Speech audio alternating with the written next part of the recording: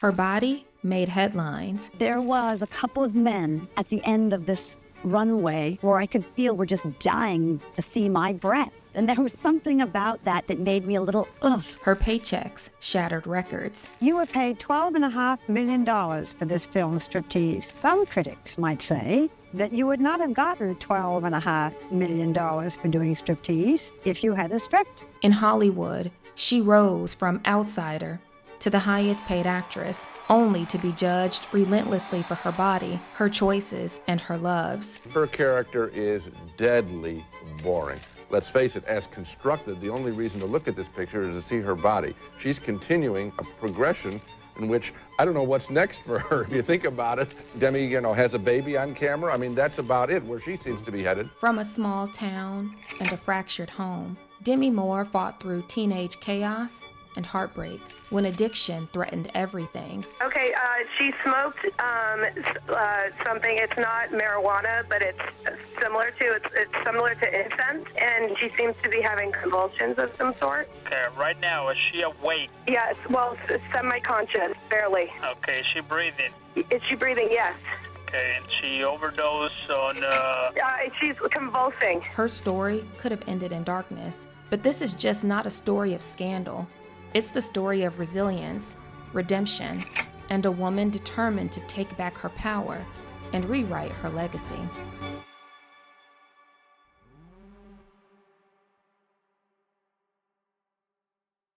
Demi Moore was born Demetria Jean Geitz on November 11, 1962, in the dusty outskirts of Roswell, New Mexico, to teenage parents already burdened by more than just youth. Her father, Danny, armed with little more than a high school diploma, scraped by in advertising at the Roswell Daily Record, while her mother, Virginia, struggled to manage the household, often finding herself overwhelmed by life's disappointments. In the Geitz household, poverty was a constant shadow. Bills piled up, creditors lurked, and anxiety became the family's unspoken language. Desperate to escape the chokehold of their circumstances, Danny turned to gambling, hoping for salvation, but only deepening the family's troubles. His recklessness stoked explosive arguments, leaving scars that lingered in the cramped rooms they called home. When a son was born in 1967, hope briefly surfaced, only to be extinguished by Danny's infidelity. After discovering his affair, Virginia uprooted the family and escaped to California, desperate for a new beginning. But that escape proved futile. With every affair that followed, Virginia shuffled the family from place to place, unable to outrun the shadow of her husband's infidelities. The result was a turbulent, unsettled childhood for Demi, marked by instability and emotional scars. Reflecting on these years in her 2019 memoir, Inside Out, Demi writes, "My mother did what she'd been taught to do by her mother when your husband is fooling around. She got him away from the problem. It did not seem to occur to the women in my family that if you took your cheating husband along when you left, the problem came with you wherever you went. For most people, the idea of moving is a big deal. All that change, having to find a new place to live, the hassle and stress of setting up life and finding a new doctor and grocery store, not to mention getting your kids settled in new schools, would require a lot of thought and preparation and planning.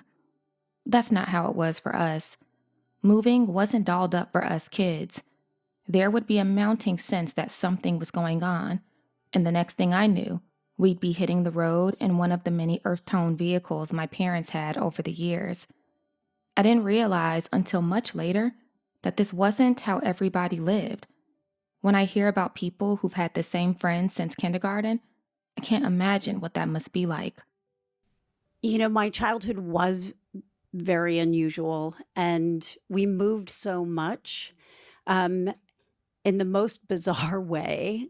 Because I was in never less than 2 schools a year. So we were always moving. And I feel like part of my artistic expression was my ability to assess, my hypervigilance, to figure out who was who and where could I fit in, because that became a game, a creative game of reinventing myself to fit in, to find my place, to know not to be too attached, because we'd be packing up that U-Haul pretty quickly.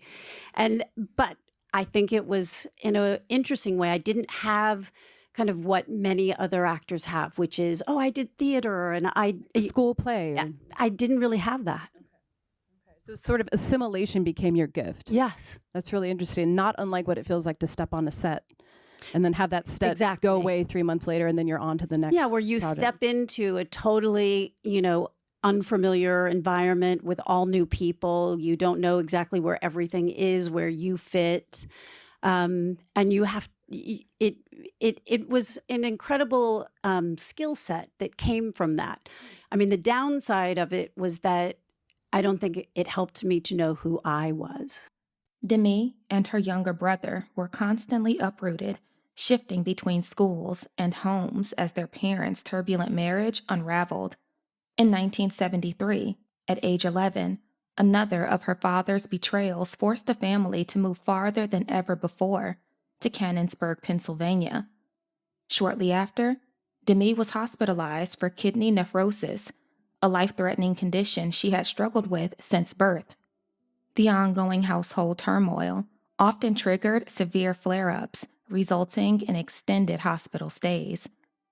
Her parents' frequent alcohol-fueled arguments turned the family home into a battleground, chaos seeping into every aspect of daily life.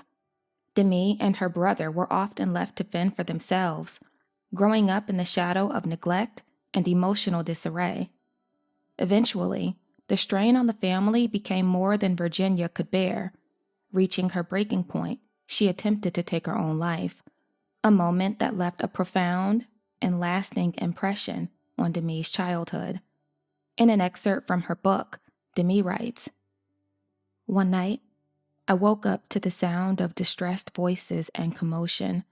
I stumbled into my parents' room where I found my mother thrashing and crying as my father struggled to hold her down. By the bed, I saw a bottle of yellow pills. 'Help me,' he screamed when he noticed me in their doorway.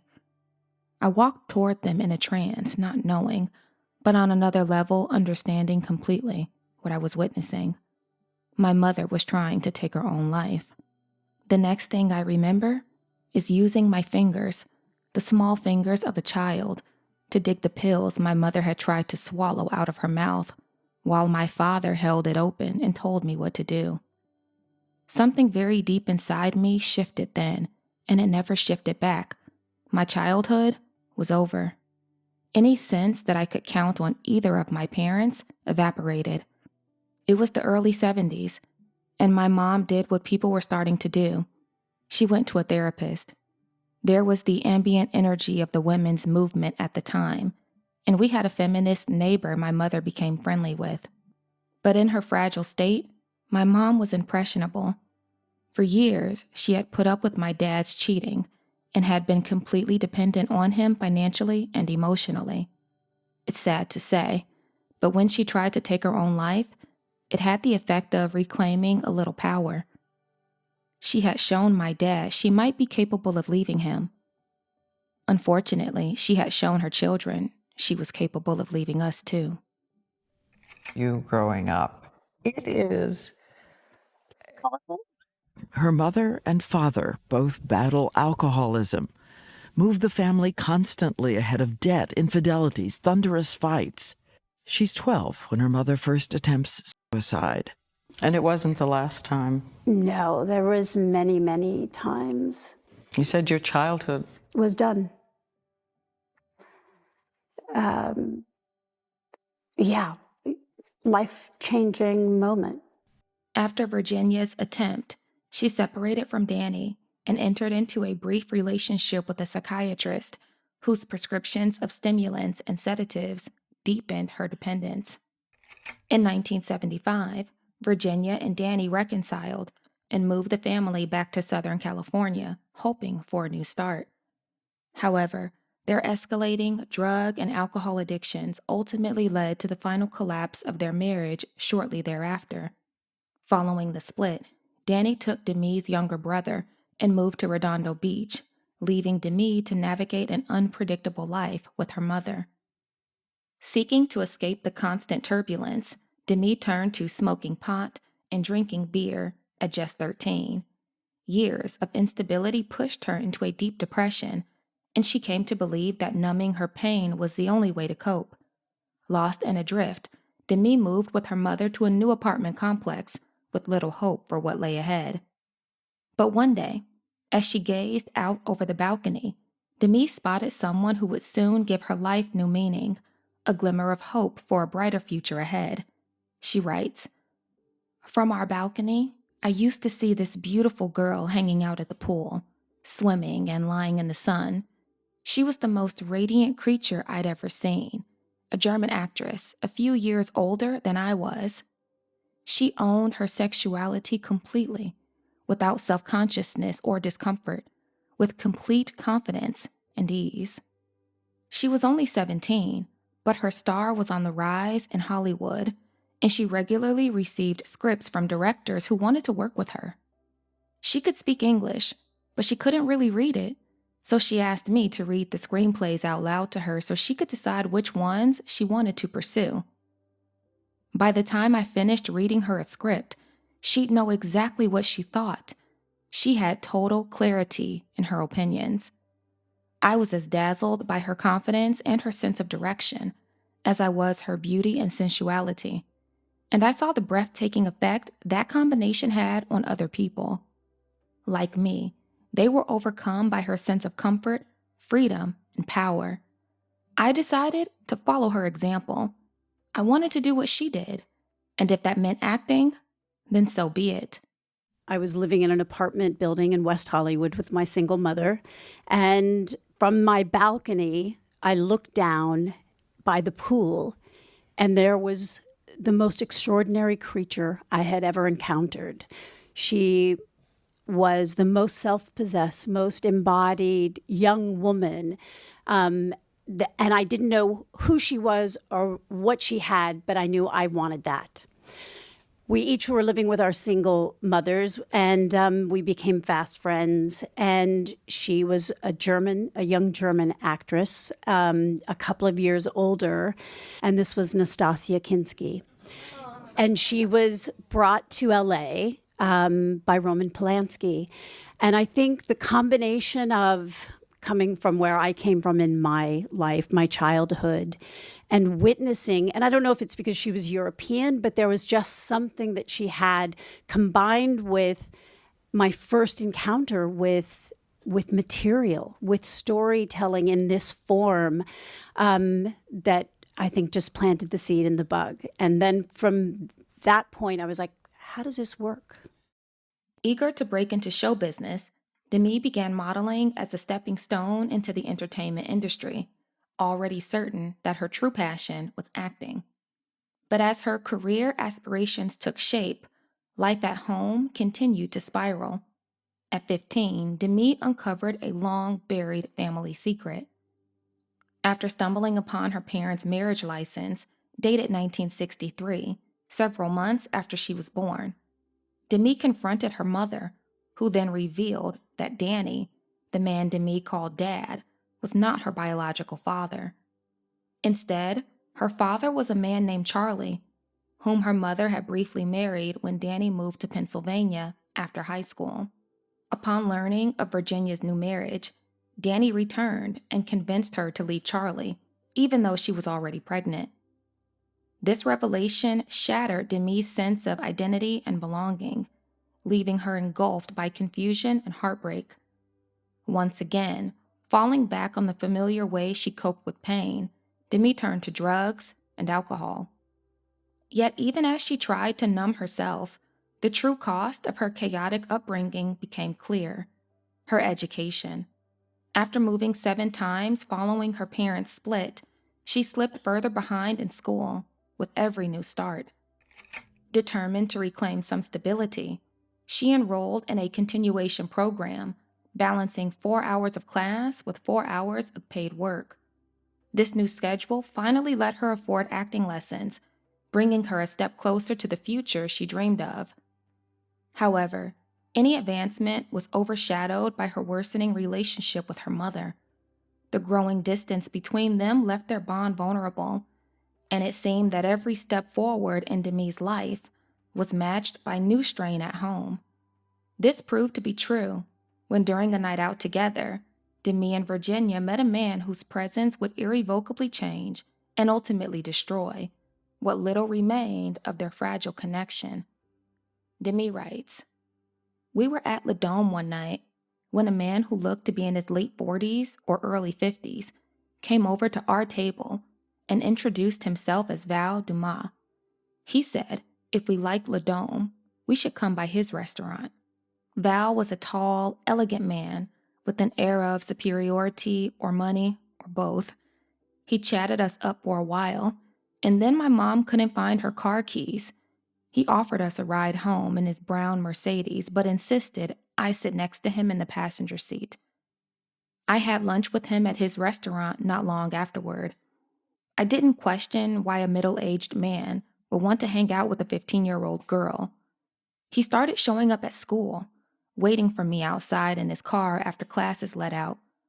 I told myself he was a friend of the family, but there was something about him that made me slightly uneasy. I began to make excuses to avoid him.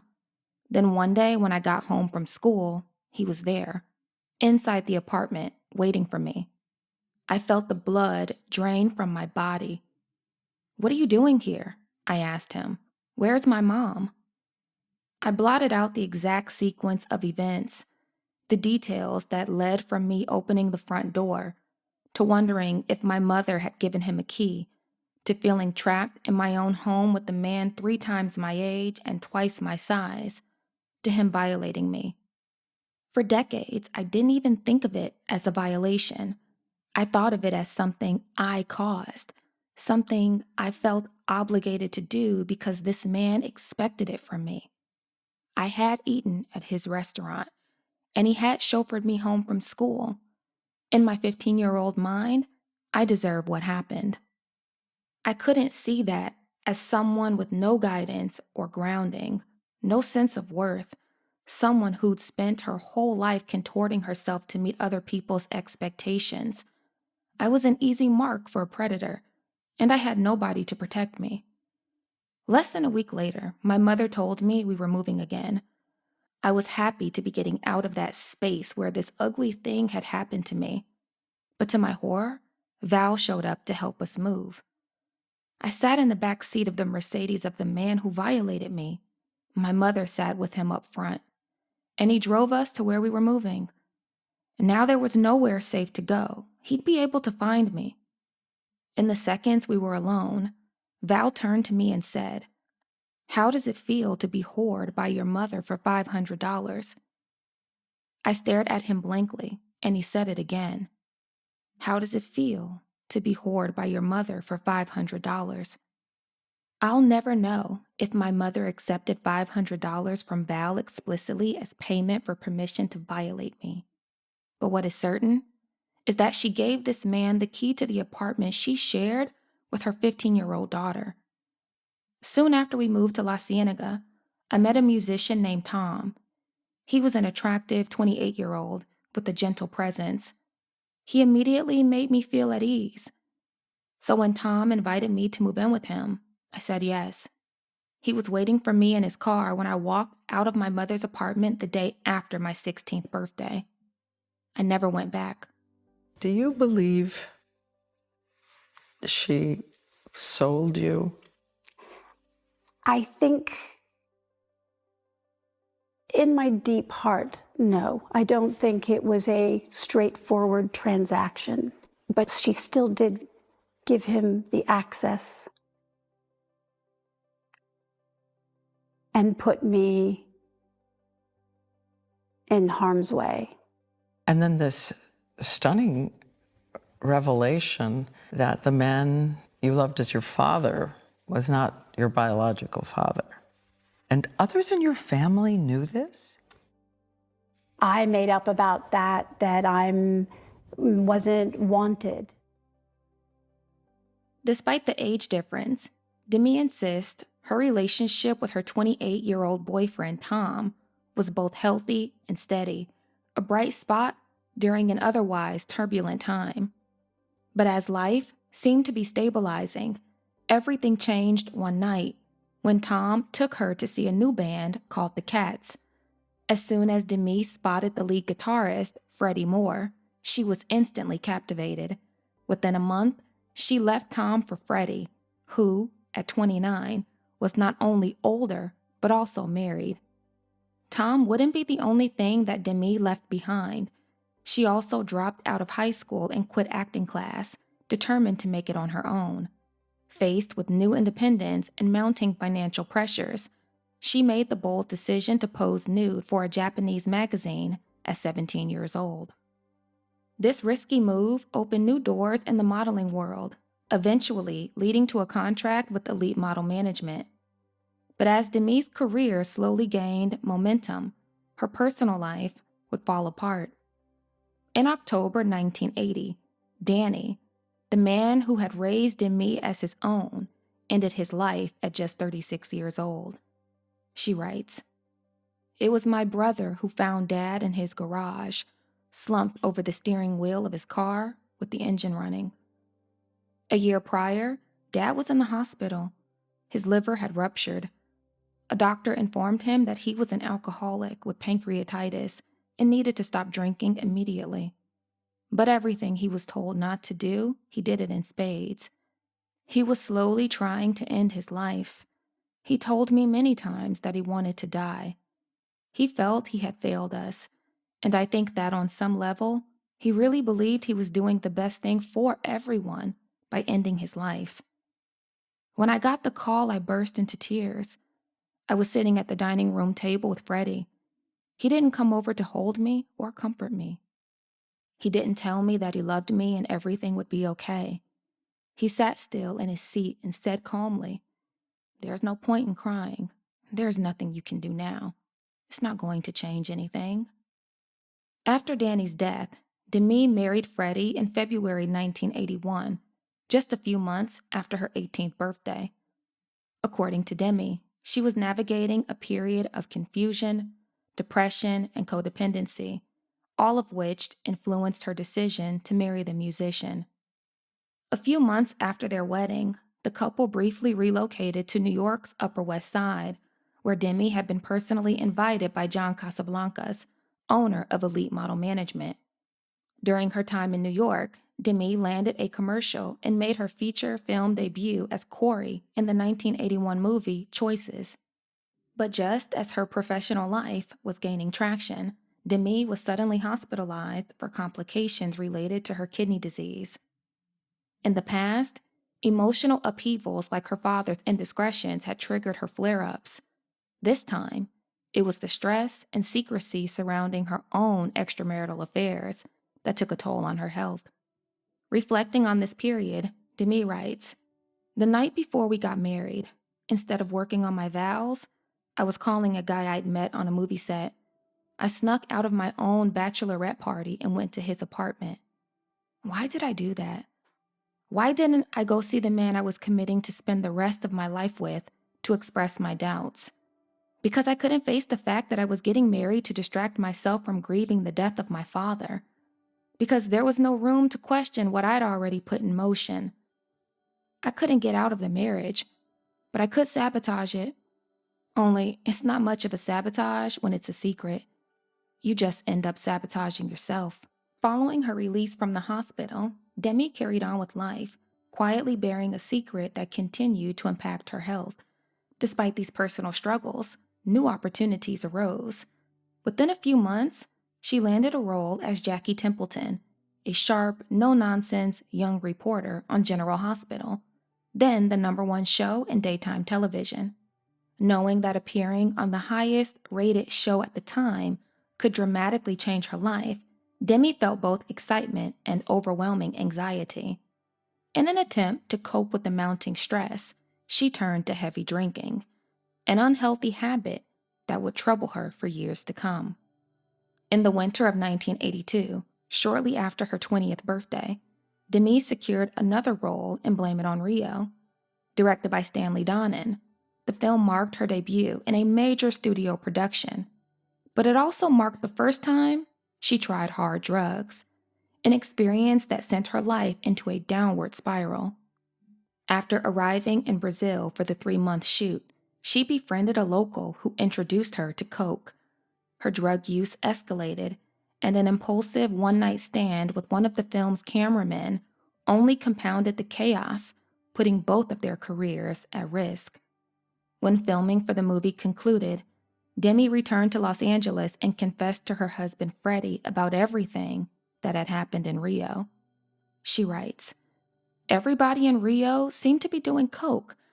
I didn't give a second thought to the effects of it. In my mind, I'd found this thing that made me feel up and productive and creative. So what could be wrong with it? I had the cash to keep myself well supplied, and because I had a relatively small part in the movie, I had a fair amount of time off to enjoy it. When I got back from Rio, I came clean with my husband about what had happened with the cameraman and told him I thought our marriage wasn't working. He was angry, and I understood. I had failed him in our marriage. The divorce was my idea, but I still felt adrift after we split. After I got back from Brazil, General Hospital had written me out of my upcoming storyline. Suddenly, I didn't have anything to distract from myself. It was a really dark time for me. My appetite for coke had escalated into a dependency, and though I would have never called myself an addict, that's what I had become. After her split from Freddie in 1983, Demi's addiction reached its peak. She often blacked out and woke up in unfamiliar places with no memory of how she'd gotten there. Despite these struggles, she managed to secure a role in the 1984 film No Small Affair alongside John Cryer.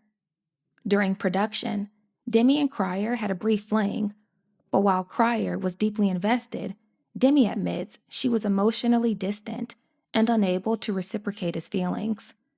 Deep in the throes of self-destruction, she simply didn't have the capacity to treat him with the care he deserved. Although Demi's personal life was in shambles, she remained determined to advance her career. And just when things seemed most overwhelming, an unexpected opportunity emerged, one that would not only catapult her into the spotlight, but also play a crucial role in turning her life around. While at an audition, Demi caught the attention of director Joel Schumacher, who noticed her as she walked by and immediately sent his assistant after her. That fleeting encounter proved to be a turning point, as Demi was soon offered the role of Jules in St. Elmo's Fire. She was thrilled to be working with Joel Schumacher, but her excitement quickly faded when rumors about her party girl reputation made their way to the director. In front of the cast and crew, Schumacher dramatically confronted her, warning, quote, "If I hear of you even having one beer, you're fired." Demi later recounted this moment and its aftermath in her memoir, offering a candid look at how it shaped both her experience on set and her journey toward recovery. She writes, "I felt like I had been punched. For him to dress me down in front of other people was demeaning and released such an immediate flood of shame that I felt physically sick. Soon after the incident, I got a call from Craig Baumgarten, who had lent me his house and was keeping an eye on me. 'This is what you're going to do,' he instructed me mysteriously but firmly. 'There's a place in Redondo Beach, and unless you're dead or dying, you're going to show up there tomorrow. They're expecting you.' I wasn't exactly sure what this place was, but he gave me the address. I had already planned for dinner that night with my friend and a friend of his at a sushi restaurant on Melrose. At first, I was careful with my drinking. No hard alcohol, that was my rule. But as I watched them doing shots, I thought, what the hell? One drink led to another, and then another. I was joking with them about the effects of alcohol versus coke when I laughingly heard myself say, 'I'm a drug addict.' I had never said those words before or admitted that to myself, and suddenly I stopped laughing and started to cry. 'No, I really am,' I told them. It was the truth. When I woke up the next morning, I remembered the appointment. Without even thinking, I went straight to look for whatever coke was left, and that's what I had for breakfast. My assistant picked me up and took me to the address in Redondo Beach, which turned out to be a hospital. I remember walking down a long corridor toward a sign that read, Alcohol Rehabilitation Center. My gut reaction was, no, that's for my mom. I'm a drug addict. When the head of admission told me their program lasted 30 days, I was aghast. 30 days? That's just impossible. We're starting to shoot a movie in 16 days, I said. She asked me, what's more important, the film or your life? The film, I told her, and I meant it. There is no film if you have no life, she pointed out. I felt like I might jump out of my skin. I told her I had to go to the bathroom. Inside the stall, I rummaged through my pockets for a used vial of Coke to scavenge one last hit. Then I went back to the counselor's office and told her, I can't not do this film. It's all that I've got. The next day, I was called back to the admissions office, where I found Joel Schumacher and 2 producers of the movie. It hadn't occurred to me that they were behind all this. What could it matter to them if they had me in their film? First of all, I was nobody. This was only my 3rd studio movie. And what's more, there were 7 of us in the cast. What difference did I really make?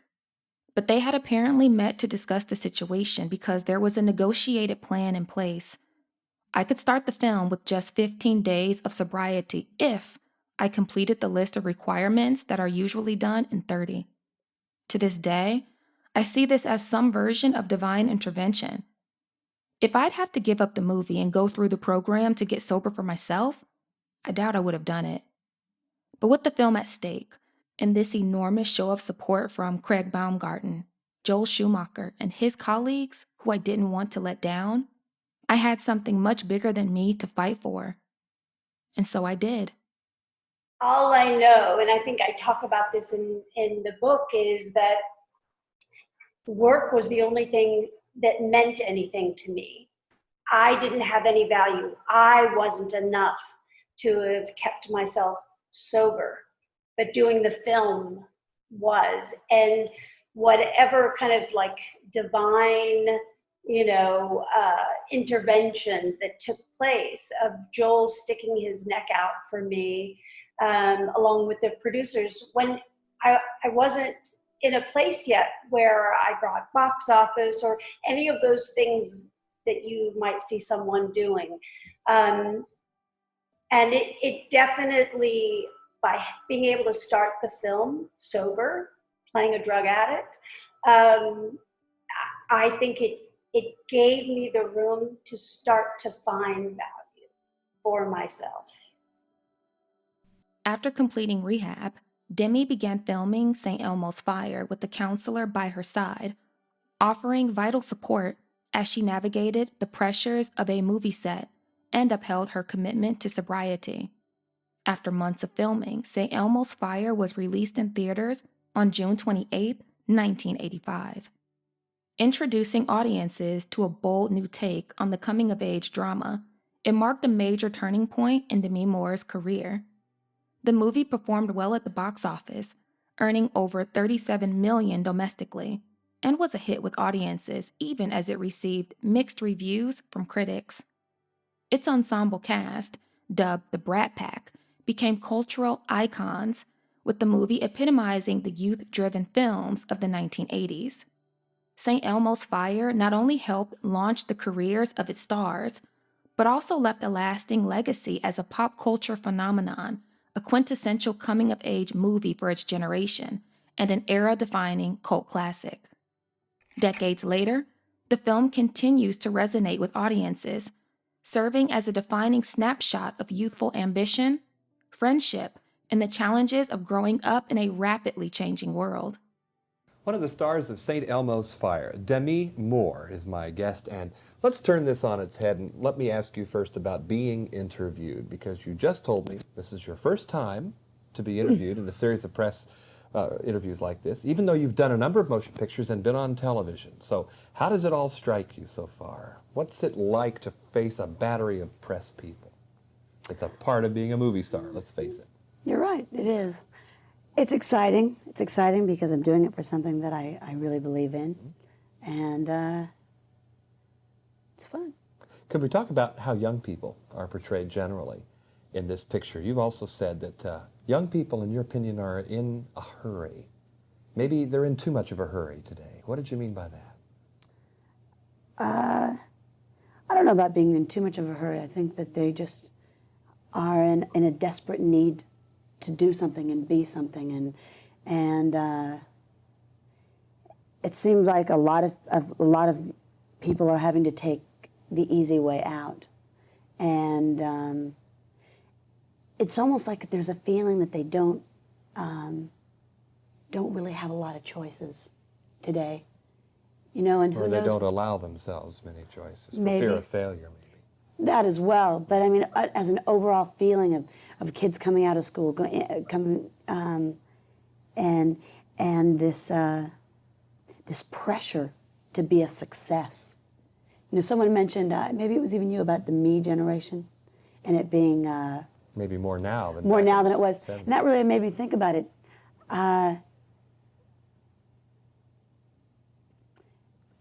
I don't know, because I mean, I think that that's true, but at the same time,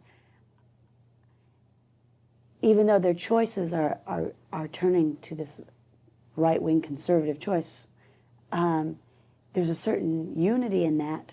Whether, I mean, that's their choice, but you know, there's just like this great need to do and belong to something. And do you think St. Elmo's Fire, among a number of youth-oriented films, is maybe saying this in a different way or saying it more powerfully, in your opinion, than some other films that are around?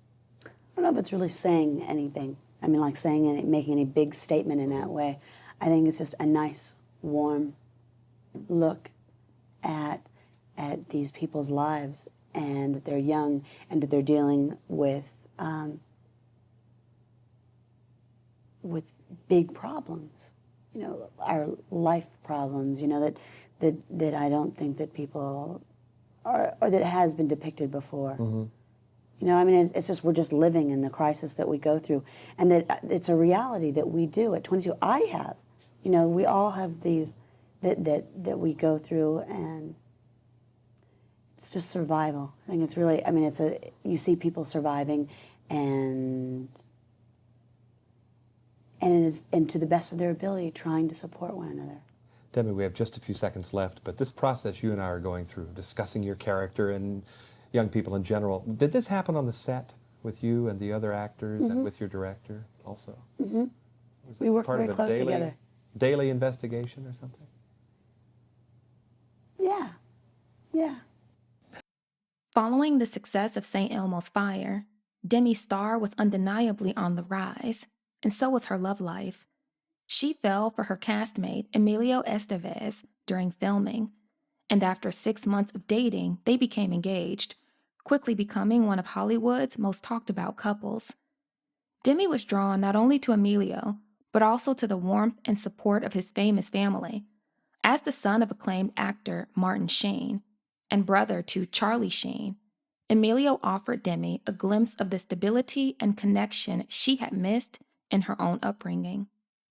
Enveloped by their strong family bonds, she felt welcomed and inspired. Wanting to match Emilio's self-discipline, she gave up smoking cigarettes because he disliked it, determined to better herself. But this well-meaning decision soon brought new challenges.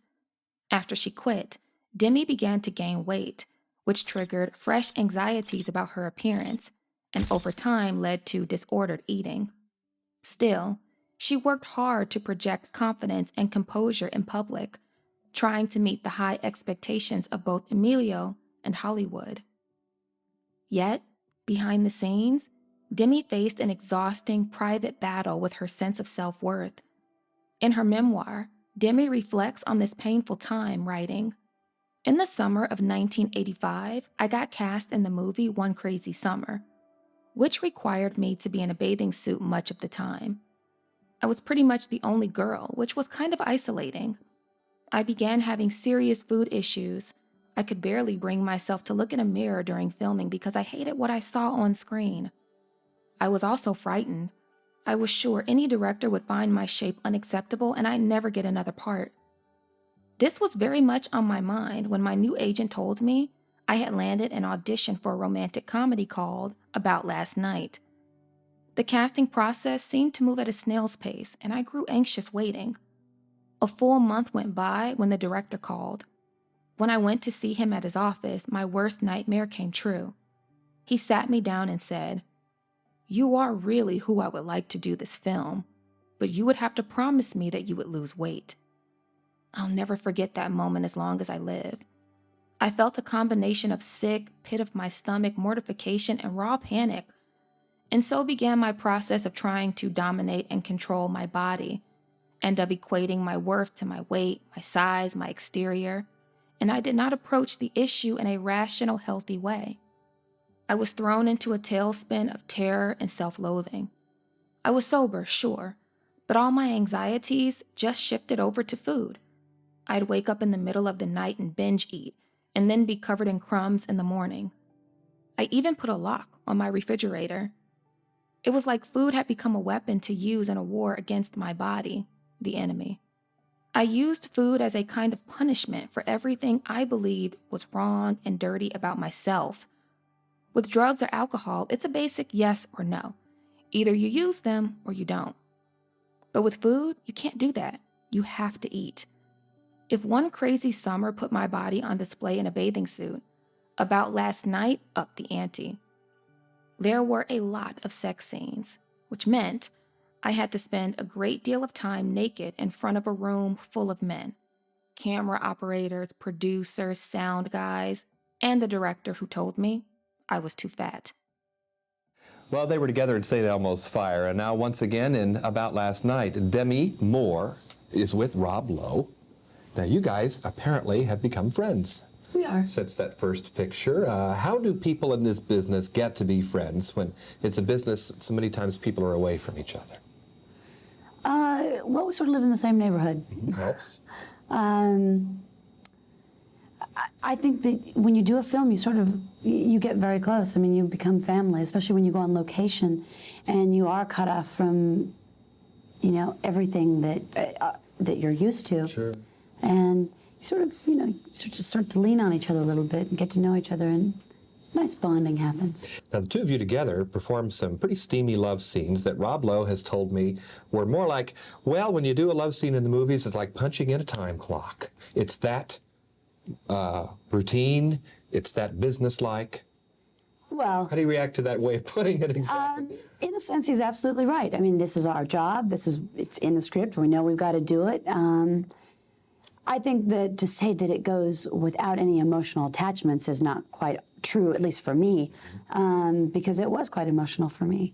Maybe less for him. I mean, the cameraman and the rest of the people were men, but still, it's a very vulnerable thing to do. Well, and at the risk of sounding cliche-ridden here, I know so many actors and actresses are rather introverted people, and yet in front of a camera you have to be far more extroverted than any of us will ever be.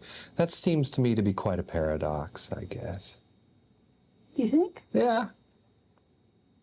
Why is it that maybe you can be more open with that camera than you could with people? Maybe because it's not necessarily really us. You know what I mean? Oh, yeah. And it's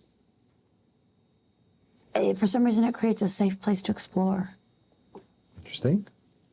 And it's not a kind of safety that we ever feel in real life situations like that, is it? You mean a safety that we feel? Yeah. I think, though, in real life, if you choose to find that, you can. You know what I mean? I don't think that it's...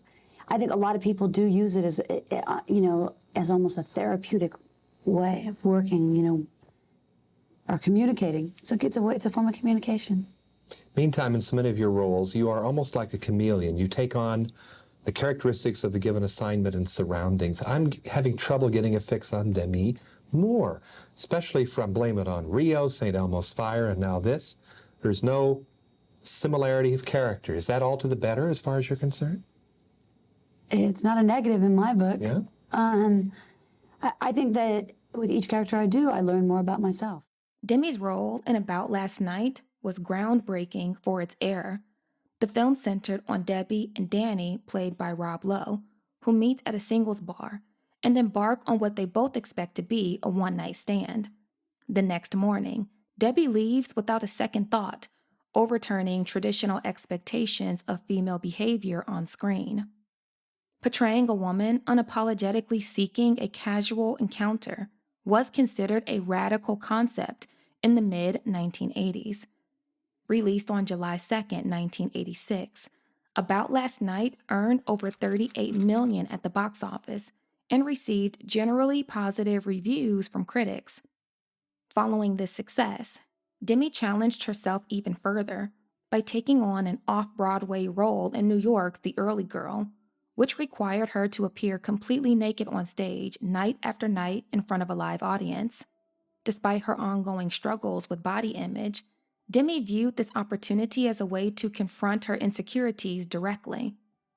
Yet, as she channeled her vulnerability on stage in New York, her engagement to fiancé Emilio Estevez was unraveling behind the scenes.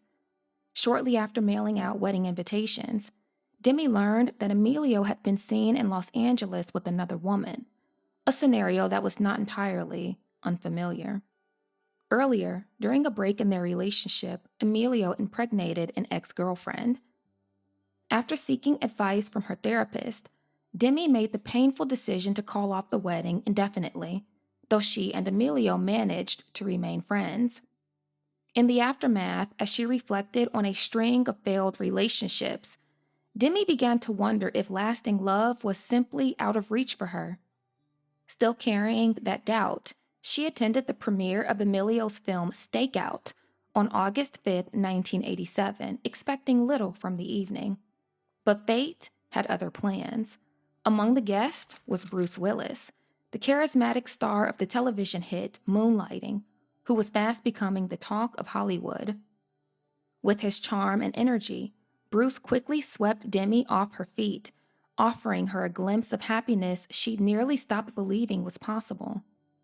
In her memoir, Demi writes about the instant spark she felt upon meeting Bruce and the whirlwind romance that followed, a connection so intense it led to a marriage just 4 months later.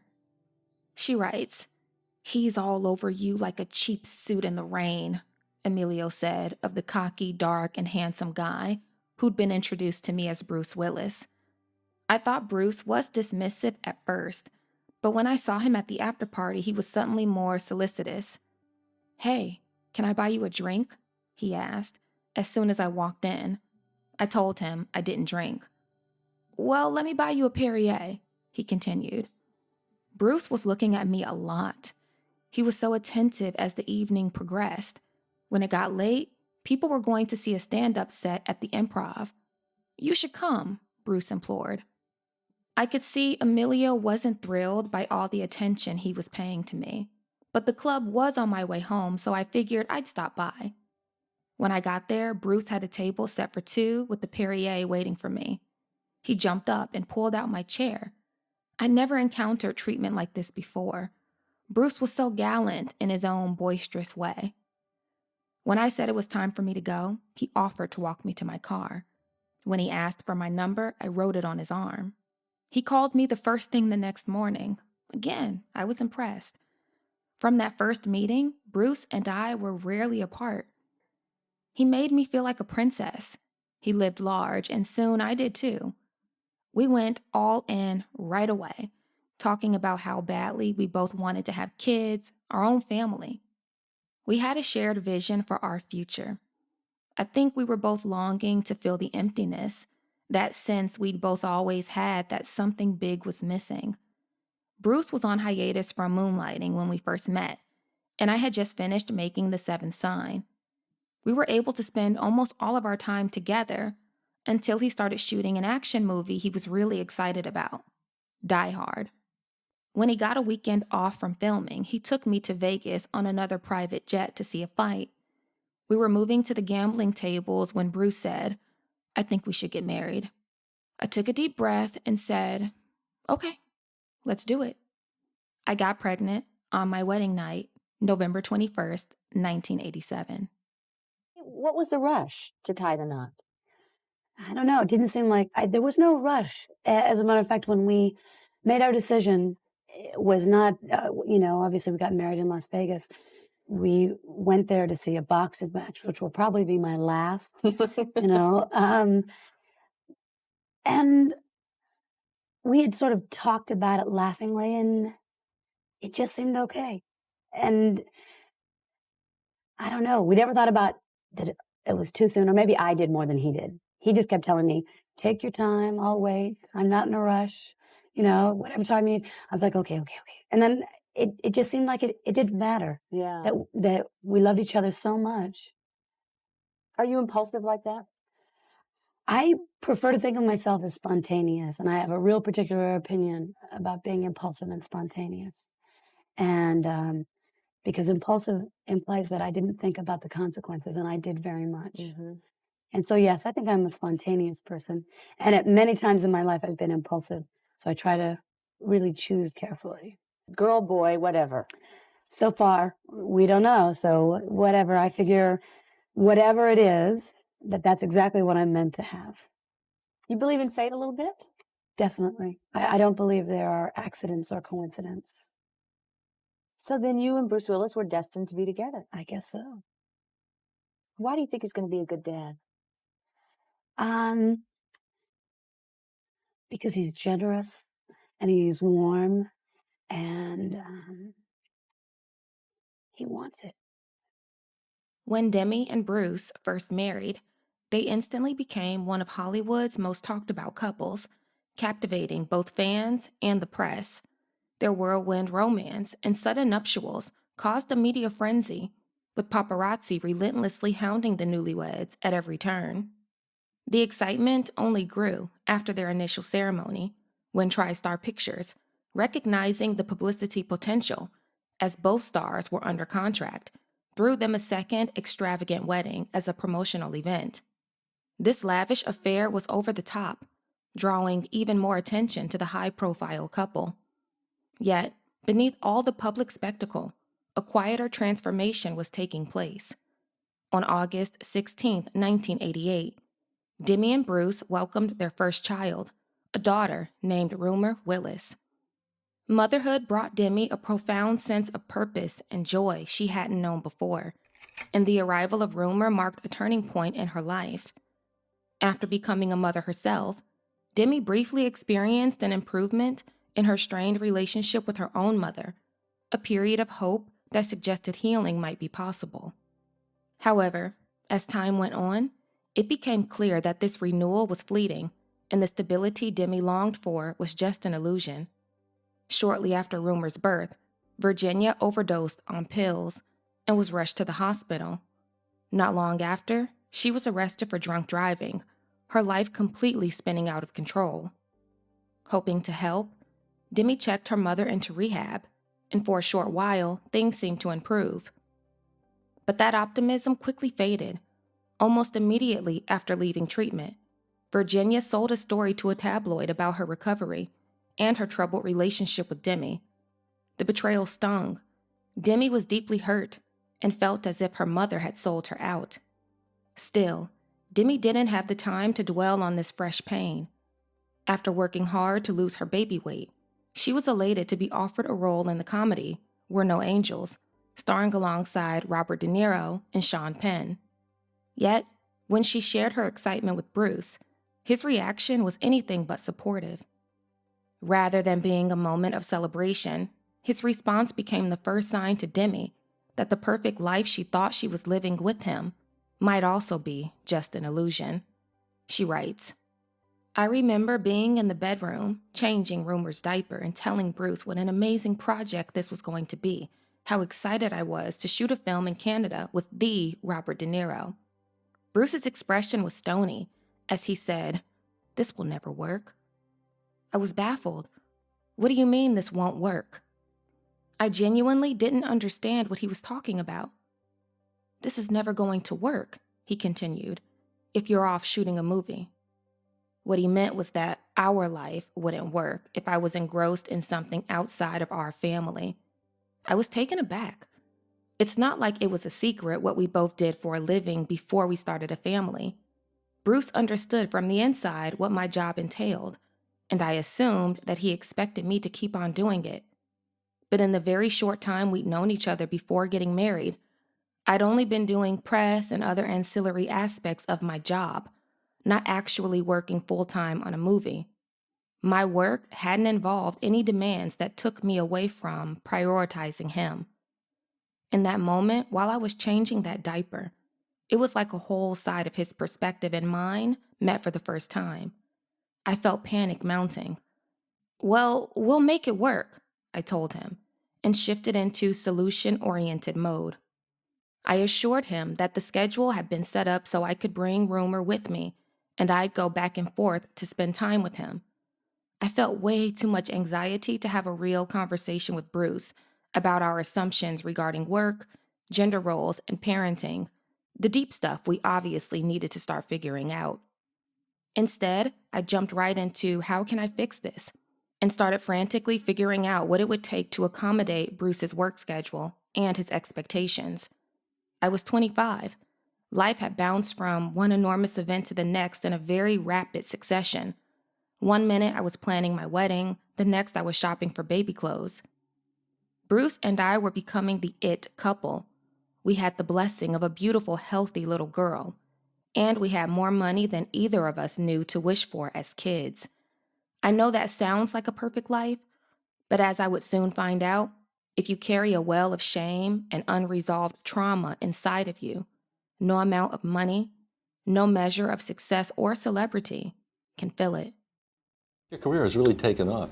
How's the two-career marriage getting along? Pretty good? Fine. Who works the hardest, you or Bruce? He's got a TV series. Right. Mm-hmm. Well, You've seen it, I guess. Occasionally. Yeah. It's hard to gauge, In our own ways, we work just as hard. I don't work a 5-day, 12-hour schedule. Yeah. A TV schedule is awfully grueling. Have they ever suggested that maybe you should do a walk-on Moonlighting and say a few words?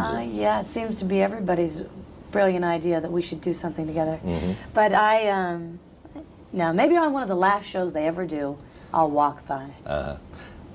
Released in theaters on December 15th, 1989, We're No Angels generated high expectations with its impressive cast.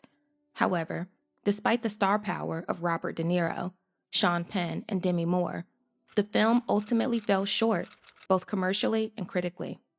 Demi was disappointed by the film's lackluster performance at the box office, but she was especially disheartened by her own work on the project.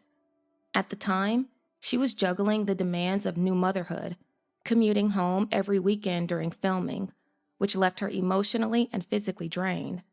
Without the support she needed from her husband, Demi later reflected that this exhaustion had a noticeable impact on her performance.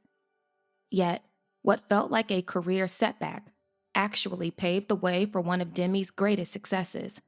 Her next film, Ghost, cast her opposite Patrick Swayze in a story that blended romance, suspense, and the supernatural. Demi played Molly Jensen, a woman overcome with grief and disbelief as she struggled to make sense of her partner's untimely death and the mysterious otherworldly events that followed. Released on July 13, 1990, Ghost struck a chord with audiences, ultimately grossing over $500 million worldwide against a modest budget, making it the year's highest-grossing release. Ghost became a cultural phenomenon with unforgettable scenes and memorable lines that remain iconic decades later. The film's blend of romance and the supernatural not only resonated deeply with audiences, but also helped shape the landscape of 1990s cinema. Demi Moore's portrayal of Molly Jensen became one of the most iconic roles in romantic film history, launching her into Hollywood superstardom and establishing her as both a cultural and fashion icon. The runway success and enduring legacy of Ghost ultimately redefined Demi's career, firmly cementing her status as a leading actress and influential figure in Hollywood. In her memoir, Demi reflects on how Ghost transformed her life, both personally and professionally, writing, "Ghost was an unusual script. I knew that with so many elements in play, it was a risky film to do. When I read Ghost, I thought, this could either be an absolute disaster or it could be amazing. I didn't have to audition for the part of Molly Jensen, the female lead. They'd seen my other movies and they wanted me for this one, which was flattering.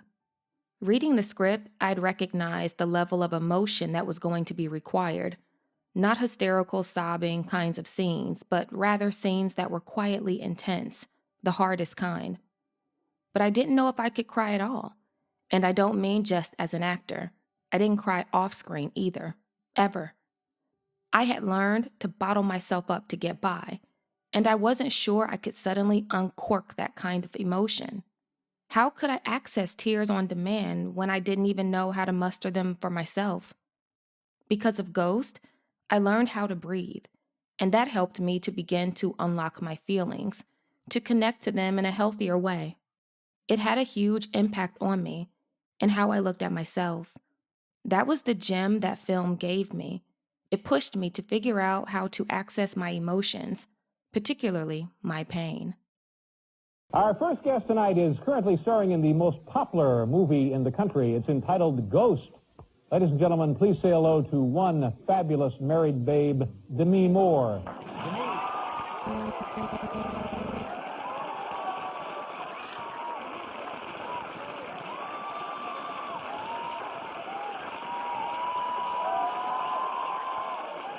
And congratulations on the movie. This is like the big sleeper hit blockbuster of the summer, isn't it? Yeah. What does sleeper mean? Well, you know, somebody asked me the other day, and I couldn't explain Okay, it. here's my definition of it in this case. Do you mind if I do all the talking while you're out here? Go ahead. I'll jump in when I get a chance. Feel free to do so. Like this movie that your husband, Arnold, is in. I'm sorry, Bruce. That's a joke. I'm just trying to make a joke. This Die Hard 2. Now, this thing costs like... Who's in second, right? That's right. Your movie is in number I'm one. in one. That's He's right. in two. It costs like $60 million at least to produce, $60 million. Okay. I'm guessing the movie you're in, which is the number one film, cost maybe, I don't know, $30 million. Less. Less, see, even less. Okay, so to me, to my way of thinking, that's a sleeper. It's a smaller budget film. Okay, It's not a big, huge, action-packed adventure kind of sequel deal. God, I am talking, aren't I? Boy, you're going. Yeah. Now, when you talk to your husband, is there rivalry at home about the two films? No, but I'm going to try to work on ours being number two, mine being number two next week. Well, things would be easier for you at the house. Just like to keep the balance, you know. Patrick Swayze was here a couple of weeks ago. He seemed like a really nice guy. He's a nice guy. Did your husband, Bruce, come by when you guys were filming? Well, you know, there was a lot of talk about that, and somebody was talking to the tabloids. They were trying to infiltrate our little group. And they reported that Bruce was standing by during the love scenes with a bat. Yeah. Just in case the hand slid where it wasn't supposed to. They also said that he brought the baby out and had her up there saying, "There's Mommy. You remember Mommy, don't you?" But did any of that actually happen? No. Yeah. No. But it looks like a terrific film, and everybody is just raving about it. Well, it's making a lot of money. Yeah, there you go. Any plans for the summer? You and Bruce doing anything together? He's working. I'm going to take a vacation where he's working. Why don't we give him a call? He's at home. He'd like to hear from us. He didn't know I kind of... Let's call him. Following the success of Ghost, Demi Moore's career soared.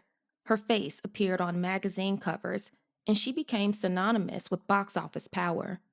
However, as her personal life reached new heights, her marriage to Bruce Willis grew increasingly strained. Just before Rumer's second birthday, Bruce revealed to Demi that he wasn't sure he wanted to remain married, leaving her feeling deeply shaken and completely blindsided during what should have been a triumphant time in her life. After delivering this painful revelation, Bruce left to shoot a movie, leaving their marriage in a state of uncertainty. When he returned home from filming, the two reconnected physically, and Demi soon found herself pregnant. Bruce was overjoyed by the news, and for a while it seemed as if their marriage had been restored. As Demi's personal life regained a sense of stability, her professional momentum reached new heights. At 7 months pregnant, she achieved a major milestone by landing the coveted cover of Vanity Fair, a moment that not only marked her individual success, but also placed her right in the center of cultural conversation.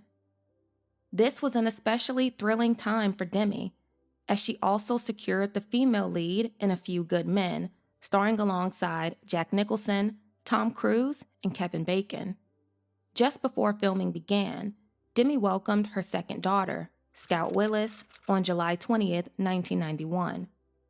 The following month, her highly anticipated Vanity Fair cover, featuring a nude and visibly pregnant Demi, was published and immediately ignited a media firestorm. The provocative image sparked debate across television and print, with critics divided. Some hailed its boldness, while others criticized its audacity.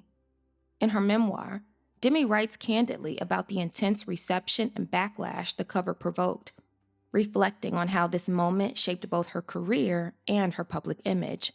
She writes, "It seemed ludicrous to me that, at the time, pregnant women were portrayed as sexless. Women hid their pregnancies under tent-like clothes instead of flaunting their new curves the way you often see today. There may have been celebration at the news of a woman's pregnancy, and a celebration at the birth of the baby, but when you looked at pop culture, it was like there was nothing in between. I wanted to change that and do something that glamorized pregnancy instead of playing it down. Vanity Fair hit the stands and set off a firestorm. Some newsstands refused to carry the magazine. People went insane about it. One camp called it disgusting and accused me of being an exhibitionism. Another saw it as a liberating breakthrough for women. All I had meant to accomplish was to show that a pregnant woman could be beautiful and glamorous. I didn't think I was making a political statement. I just thought I was portraying pregnancy the way I experienced it, as something lovely, natural, and empowering. If the cover and its repercussions exceeded my dreams, the article that accompanied it inside the magazine was my nightmare. The smart and strong cover photo was completely at odds with the devastating representation of me in that story. I was portrayed as selfish, egotistical, and pampered.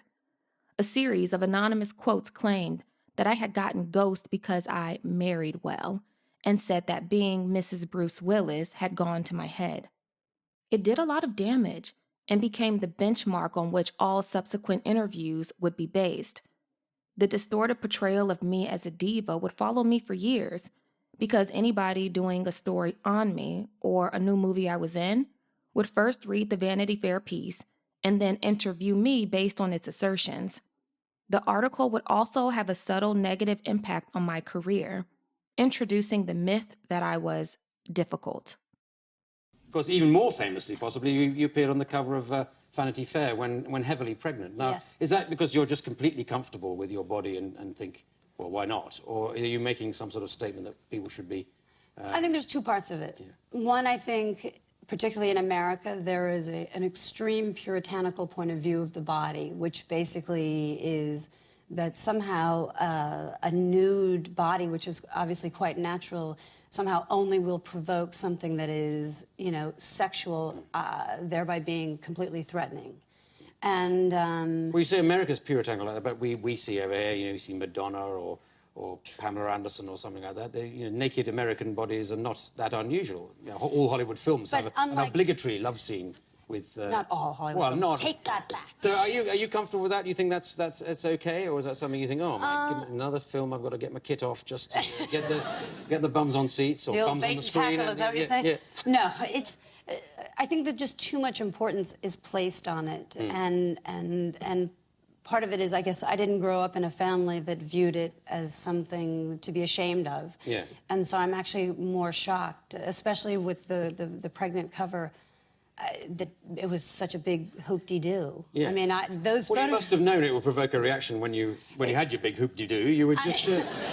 Well, within this particular hoop-de-doo, these photographs were taken at the end of the session for me and my family, as Annie Leibovitz had done with the prior pregnancy, just for the family. And Annie called me 3 days later saying, how would I feel if they used it? And I said, well, better than them cropping the shot under my hand holding my breasts. Yeah. They can do that anytime. Yeah, sure. No, you didn't... On one of those moments when I'm just in big need of showing my body. Yeah. You know, I could break out any moment. Well, feel free. There's been a lot of photographs of women with their belly exposed. I mean, you saw really nothing of my body except what seemed to be so scary is the belly. Yeah, yeah. because obviously we don't want to remind people how we get there. Yeah, yeah. God forbid, you know, we have to think people actually have sex to create life. Yeah. Are you doing any more films in the Navy? Because you did a... I thought you were going to say you're doing any more films in the news. Yeah, well, yeah. Whichever answer. No, I think I'll be looking around maybe for something slightly soft and feminine and... Well, the Air Force. You know, delicate. So delicate. Yes. In the wake of the media storm over her Vanity Fair cover, Demi Moore's public life became even more chaotic when her mother, Virginia, posed nude for a magazine in September 1991. In what appeared to be a direct attempt to upstage and mock Demi's iconic portrait, Virginia's actions left Demi feeling deeply betrayed. The result was immediate. Demi cut off all contact with her mother, beginning an estrangement that would last 8 years. Despite this emotional upheaval, she channeled her energy into Rob Reiner's legal drama, A Few Good Men, where she was cast as the principal lieutenant commander Joanne Galloway. Determined to embody the role, Demi undertook a rigorous fitness regimen, marking the start of a consuming obsession that would ultimately become a problem in her life. Released in December 1992, the film was a critical and commercial success, grossing over $240 million worldwide and earning several Academy Award nominations, including Best Picture. Moore's performance not only strengthened her standing in Hollywood, but also helped redefine opportunities for women on screen, especially in military and legal roles. In her memoir, Demi reflects on how playing Galloway allowed her to challenge Hollywood's view of women as merely sex symbols, writing, "What I admired most about A Few Good Men was the originality Aaron Sorkin and Rob Reiner showed by not having my character and Tom's get involved in anything romantic or even unprofessional. There was an expectation at that time on the part of studios and audiences that if an attractive woman showed up on film, it was only a matter of time before you saw her in bed with the leading man, or at least half naked. But Rob and Aaron had the nerve to buck that convention. They thought this story was about something else, and they were right. Years later, Aaron told a film school class, the whole idea of the movie was that these young lawyers were in way over their heads, and 2 Marines were on trial for their lives. So if Tom Cruise and Demi Moore take time out to roll in the hay, I just didn't think we would like them as much for doing that." Sorkin said he wrote to an exec who had been lobbying hard for a sex scene. Quote, "I'll never forget what the executive wrote back, which was, well, if Tom and Demi aren't going to sleep together, why is Demi a woman?" So one thing I always loved about this movie, not only the story, the acting, incredible artwork, is that your character and Tom's character do not hook up romantically. And I remember even as a young person thinking, when are they going to have sex? Is this the scene, like you come to his house in the rain, it's like, oh, this is the night they have sex. And then you never do. And I remember thinking, that is the coolest thing I have ever seen in my adult life, that you have these giant stars doing their thing and Jack Nicholson just ripping it up in the courtroom, and that's the story. And Joanne was just a professional woman. How did it feel to you to be able to play that role without this like subtext of romance and just being a professional female going toe to toe with her male peers? Well, first of all, I am so grateful to Rob Reiner and Aaron Sorkin for taking a stand to the studio. The studio didn't, they wanted scenes. Aaron Sorkin, was quoted as saying that, when they were being pressured to write a love scene for Tom and I, or, some romantic aspect, that the studio executive's comment was, then why do we have Demi Moore? And I think it's reflective of the time. And you were a giant star. But it's also just kind of reflective of just the time of, a limited perspective on a woman's role. And our role in relationships with the opposite sex. We do have an ability to have friendships. Oh my God, yes. And not sleep with colleagues. That it's not all, it was very empowering for me to do something that was not not a romance, not a sexualized in any way. The thing for me is if it had been if it would have made a difference in telling that story, then I would have been all for it. It didn't serve. Following the critical and commercial success of A Few Good Men, Demi Moore took on her next major project, Indecent Proposal. While her role as Lieutenant Commander Galloway helped redefine women's roles on screen, Indecent Proposal presented a stark contrast, revisiting the portrayal of women as objects of desire and moral conflict. Released in April 1993, the film tells the story of Diana Murphy, a woman whose marriage is tested when a wealthy stranger offers $1 million for a single night with her. Though a box office success, grossing over $266 million worldwide, the movie prompted considerable backlash and debate. Many critics argued that the film objectified women and undermined recent progress in female representation on screen. Feminist author Susan Faludi accused Robert Redford's character of, quote, being a woman with money. A critic in the Los Angeles Times wrote, quote, in Hollywood, it may be the year of the woman, but this year, every woman has her price. The Washington Post said, quote, if a man is sold, it's called slavery. In Hollywood, if a woman is sold, it's called romance. Yet despite the controversy, Demi brought remarkable depth and complexity to her portrayal of Diana Murphy, a performance she remained proud of even though making the film was far from easy. Behind the scenes, Demi battled persistent body image issues and found herself in frequent conflict with the director, making the experience particularly challenging. She later reflected on these struggles in her memoir, writing, my heart sank when I read the script as I noted the number of sex scenes I had ahead of me. I wanted to do the movie because it was a great story. I made a deal with Adrian, the director. He would be free to shoot the sex scenes however he wanted, but in the end, I could review the footage, and if there was anything I felt was too intrusive, he would cut it.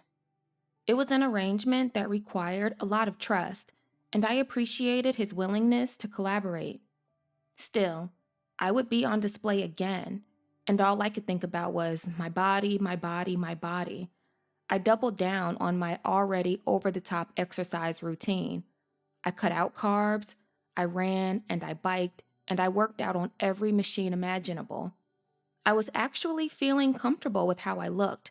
When I went in to see Adrian to talk about costumes, I finally had my body where I wanted it. You've lost a lot of weight, Adrian said immediately when I walked in for our meeting. Initially, I took that as a compliment, and I explained that I didn't want to feel self-conscious in all the love scenes, so I'd been working hard on my body. I don't think he listened to a word I was saying. He just kept looking at me with a disturbed expression on his face. Finally, he spat, I don't want you looking like a effing man. I completely lost it when my agent called later that night and told me, Adrian is going to fire you if you don't gain at least 10 pounds. You don't know what you're asking me to do, I tried to explain to Adrian. That's like saying to a heroin addict, go do drugs. I did my best to make him understand my struggle, to see how important it was that I not feel self-conscious during the sex scenes, and that I needed to be slim to feel comfortable naked on camera. Very reluctantly, Adrian backed down. In all fairness, it was his film, and he wanted the leading lady to have a soft, sensuous look. On the one hand, it was my body. On the other, it was his film. There was a bit of tension and antagonism between us after that. By the time we finished the movie, he had succeeded in getting inside my head, to the point that I put on all the weight he had wanted me to gain. I was almost unbearably comfortable about it. I could see it in the last scenes we shot for the film. My belly was a little poochy, and I remember Adrian coming over to me while we were watching takes and noticing it. I told him, do not say one more word to me about my body. You've talked about how when you were younger, early on, you felt that idea of my value is in my attractiveness. I put so much pressure on myself, and I did have experiences of being told to lose weight. And all of those, while they may have been embarrassing and humiliating, it's what I did to myself because of that. Well, some things aren't for sale. Such as? Well, you can't buy people.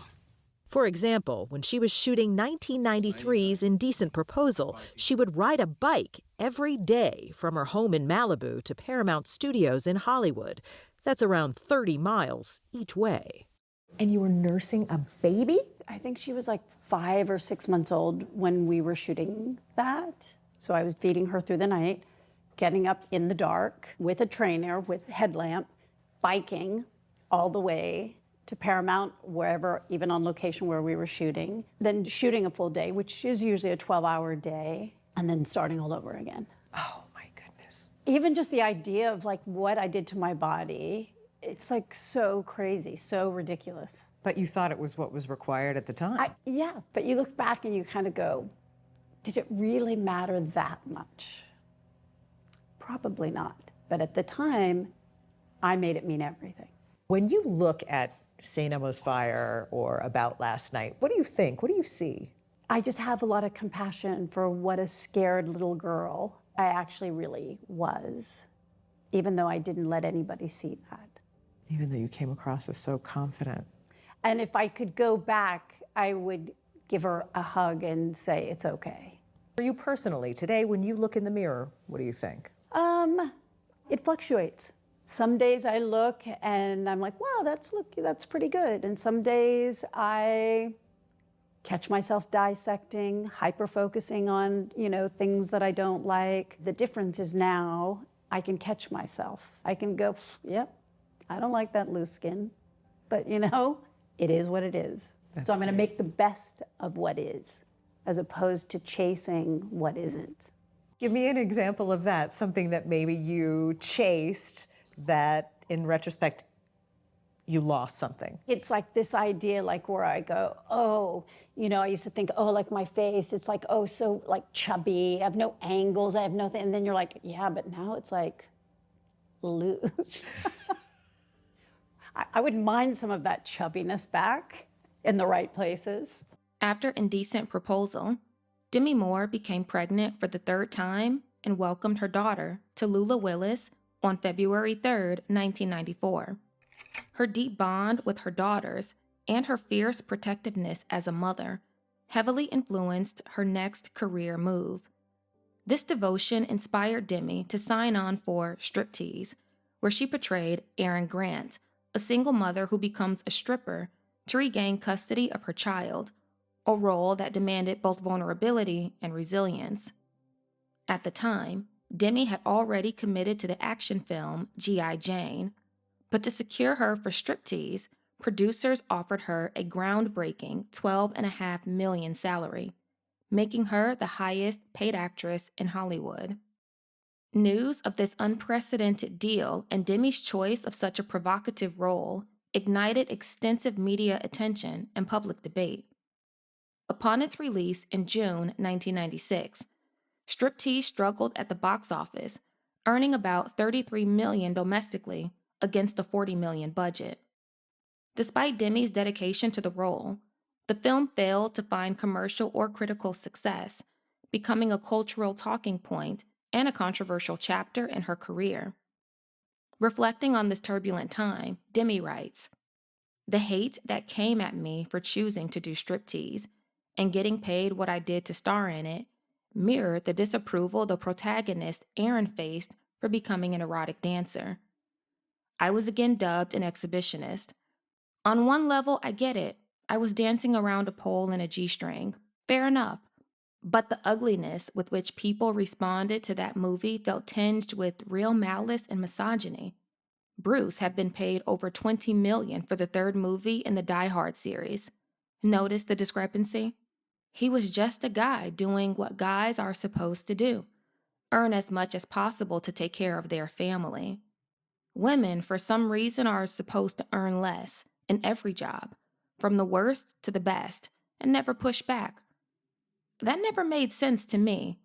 I didn't go to college. I wasn't raised with money, but I knew enough to know that you want to get paid the most you can for what you do.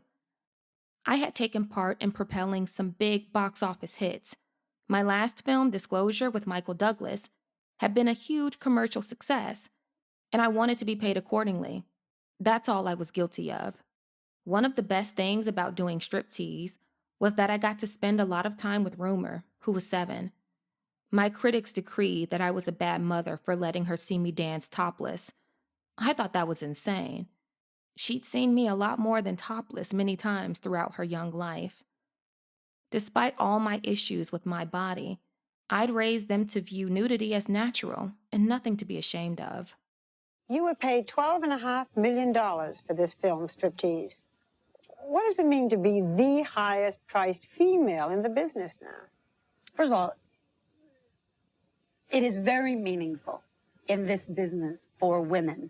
It just so happens that it happened to me, but it doesn't matter that it was me. It could have been any one of us.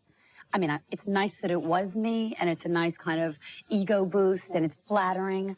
But the fact is, the more important element to it, and the thing that makes me feel very proud, is that the fact that they were willing to step up and say that what I was going to contribute to this film was worth what they wanted to pay me, means the perception of all women in Hollywood changed as of that moment, as did their salaries. And for that, I feel extremely, extremely proud. Some critics might say that you would not have gotten $12.5 million for doing striptease if you hadn't stripped. Well, I'll just help them to understand one thing, which is when they asked me to do this, they never asked me to be naked, and they never asked me to even show them if I could dance. And that I could have asked for a body double, and that per my contract, I am not requested to be naked in any way. It was of my own choice, as it is with the women who do this actually for a living. Why was it your own choice to be naked? One, because I felt if I'm going to do it, then I really need to do it. And if I want to really take advantage of the opportunity to step into this world, to understand what their lives are, to try that on, then I need to really do it so that I can speak to you and really know that I have the confidence to say to you, this is my experience, not what I think the experience is. Was it fun? Yeah, it was incredible. It was great. And you know what? I would have done it for less. In striptease, you play a mother who has to support her child and has to make money, good money quickly. Could you imagine in real life when you would have had to do that yourself? Certainly. Because when it comes to your children, I don't think that there is anything within reason that you wouldn't do to protect them, to care for them. You don't find it degrading? There is an element where you give something away. And I think I would be amiss to not say that, because I personally did 3 stage numbers. And when I had to do the last one, and it was the one where I was the most topless, and there was a couple of men at the end of this runway where I could feel were just dying to see my breasts. And there was something about that that made me a little, ugh. You can feel that. And it wasn't so much my feelings about my own body or the dancing itself, but in that way, I felt that somebody was trying to take something from me. Do you like your body? I mean, I think you've got a great body. If you tell me you don't like it. I am more comfortable and feel more connected with my body than I ever have. Okay. And a lot of the things that I feel that I've done, in a way, was to help me get over things, get over those inhibitions, those insecurities with my body, as well as sometimes the photographs that I've done have not been because I think that I have such a beautiful body, or that I think that I personally have something so much better than anybody else that I need to show it. It's really selfishly as an opportunity to get over these things that I feel are limitations. Demi, the feeling is that you keep showing your body, whether it's in photographs or in films, because your body is so gorgeous that you want everyone to know you've got this great body.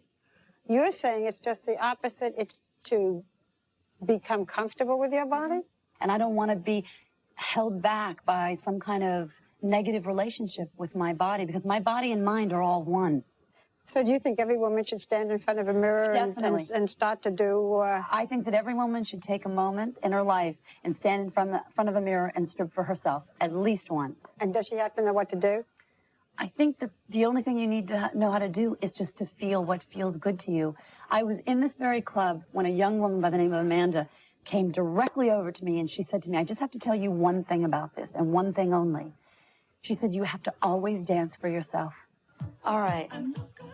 So one of the things Sugar Ray told me, who's the girl was my stand-in in Florida, is if you get your hands on your knees, and get your legs a little bit out like this, you have to get out like this. What is the news department going to say when I do this? All right. And now what? Kind of cup your back in. Cup my back in? Yes, there you go. And tuck down a little bit. All right. And then just rock. You're on your own, my dear. No, you have to take time. Now you have to try one leg out. But it's also, see, part of it is loosening our bodies up so that we are not disconnected from here. What do you do with your hands? Anything that feels good. Actually, if you put them on and you just feel yourself, if you think about it, how Listen, a lot if of I girls get to move. like this, it's going to be... So then when you go out, it's a lot about, it's just communicating that you feel good about yourself. And touching yourself. Yeah, it's feeling like I feel good about myself. And I think the feeling of yourself is what starts to open you up so that we're not just... Yeah, it's not just as if you're doing it. It starts to move. I feel very embarrassed. Well, you got to try. Okay, we try one. The embarrassment is the social conditioning. All right. And that's about all, because there'll be nothing left to see in the film. Okay, we'll go back and talk. That's wonderful. You I did feel great. so much freer. You did great. I feel so much freer. It's the new me. But the truth is, you have to go and do it for yourself in front of the mirror. Demi was deeply disappointed when striptease failed to connect with audiences, particularly because many considered it a regression from the progressive roles she had previously embraced. Both critics and fans questioned her decision, viewing the film as a departure from the empowering characters that had defined her career. Hoping to reclaim her reputation and break new ground, Demi turned her focus to her next project, G.I. Jane. In the film, she played Lieutenant Jordan O'Neill, the first woman to undergo Navy SEALs training, a role that pushed her professionally and physically and directly confronted societal expectations about women in the military. Preparing for the part demanded grueling physical training and unwavering dedication, which further intensified Demi's ongoing struggles with body image, pushing her to her breaking point. When the film was released in August 1997, it received mixed reviews and modest box office returns. Over time, however, the film became an important cultural reference, fueling conversations about gender equality in the armed forces. Demi later wrote candidly about this pivotal period in her memoir, remembering, "It is the film I am most proud of because it was the hardest for me to make. It was also a timely subject. The issue of women in combat was a hot topic following the Gulf War. By law, women were not allowed in combat, but in contemporary warfare, there was really no such thing as a front line. Women weren't safe anywhere in war, but neither did they have the same opportunities as men to advance in their respective services. The Navy and the Air Force went co-ed in 1993, but the Army and Marine Corps held firm on the combat exclusion for women, as did elite units like the Navy SEALs, maintaining that women could never be as strong as men. Roger Ebert wrote, after an advanced screening, that it was, he observed, quote, intriguing to watch her work with the image of her body. The famous pregnant photos on the cover of Vanity Fair can be placed beside her stripper in Striptease, her executive in Disclosure, and the woman in Indecent Proposal, who has to decide what $1 million might purchase. All of these women, and now O'Neill, test the tension between a woman's body and a woman's ambition and will. G.I. Jane does it most obviously and effectively. It was gratifying to see that someone as smart as Ebert got it. Unfortunately, his thoughtful take on the film was an outlier. Even before the movie came out, people who hadn't seen it were already slamming it. It felt like kind of a collective decision just to trash me and treat me as the joke I'd always feared I was. The takeaway seemed to be that I had betrayed women in striptease and betrayed men in G.I. Jane and gotten paid a lot to do it. And that, nobody could forgive me for that. Bruce was working the whole time I was, and we were disconnected from each other emotionally. While Bruce was always proud of me doing well, I don't know that he was always comfortable with the attention that came with it. It didn't occur to me to talk with someone about how I was struggling. In truth, it didn't even occur to me that I was allowed to struggle, that it was okay for me to have a problem. I just had to figure this crap out on my own. Obviously, I did striptease, I did G.I. Jane, and when I really knew that there was a negative impact is when I realized that they were going after G.I. Jane months and months and months before it was ever even out, ever even any press beginning, and starting to tear it down. And, kind of my reflection of that, as I've shared in other interviews, is that in an interesting way, because I played a stripper and I got paid that money as a stripper, I was being shamed. And in a certain way, kind of in terms of it's almost as if by doing striptease, I had betrayed women. And then in G.I. Jane, I had betrayed men and was being paid. And so it's like it's almost like you don't get to have too much. And so there was a tearing me down that occurred. Again, I don't take it personal. I think anybody whoever it had been, they would have been hit. But I also, because I really hold the perception in life that everything is happening for me, not to me. And from that lens of perception, I think that there were a lot of other things happening in my life that it needed to be a time actually that I needed to step back and reevaluate. And while it didn't feel good, what I trust when I look at things through that lens is that when I can step back and say, this is happening for me, I don't have to like it. It doesn't have to feel good. I can be disappointed. I can be hurt, but I can trust that it's trying to give me something. And if I can just get out of the way and allow it to be revealed, and that may not be tomorrow. It may be years. Following the disappointments of both striptease and G.I. Jane, and amid growing marital problems with Bruce Willis, Demi Moore entered a period of profound personal turmoil. Her confidence was shaken, and she felt herself unraveling under the weight of professional and private setbacks. Things only grew more difficult when, during the press tour for G.I. Jane, Demi received the devastating news that her mother, Virginia, was dying of cancer.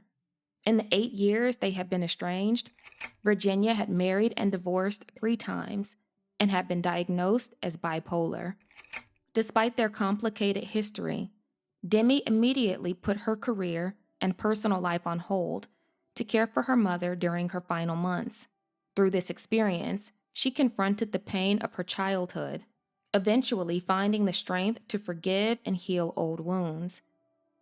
Demi later reflected on this transformative period in her memoir, writing, "I have since come to understand that there is no such thing as someone loving you enough to be better. People can only be as good as they are, no matter how much they love you. One of the things that had always frustrated me about my mom was her insistence on her own victimhood. When she was dying, for once, she really was the victim. In a way, I think that made it easier for her to be her. It certainly made it easier for me to forgive her, to have compassion for her, and to give her the kind of love and attention she'd always craved. I'm sorry that she didn't get the chance to learn that a feeling of security can come from the inside, from yourself.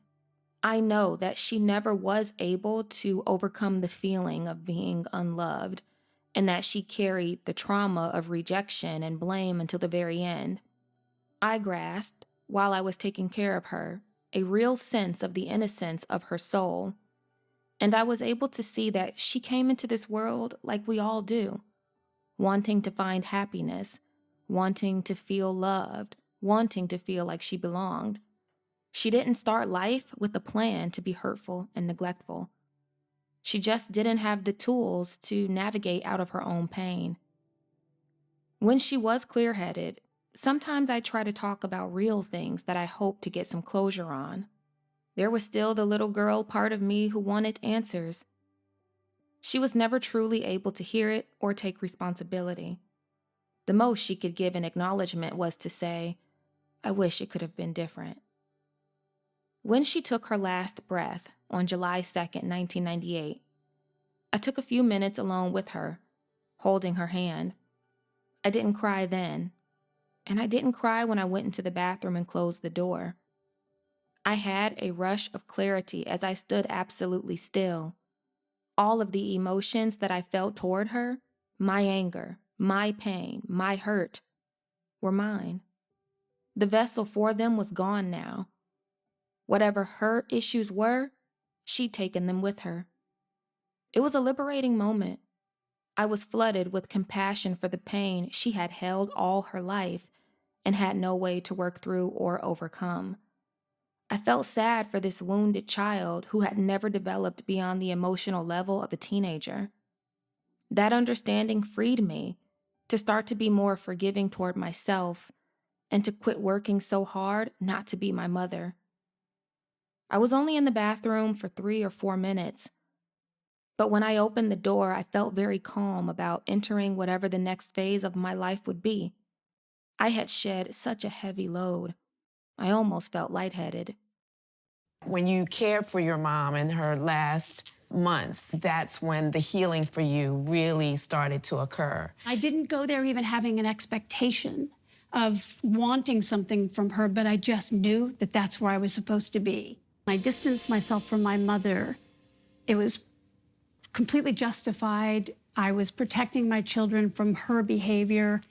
But there was a point where I kind of decided who she was. Yeah. And in that moment, when I decided who she was, I realized that I limited her from ever becoming anything else. And that there was a part of my compassion and my humanity that had been lost.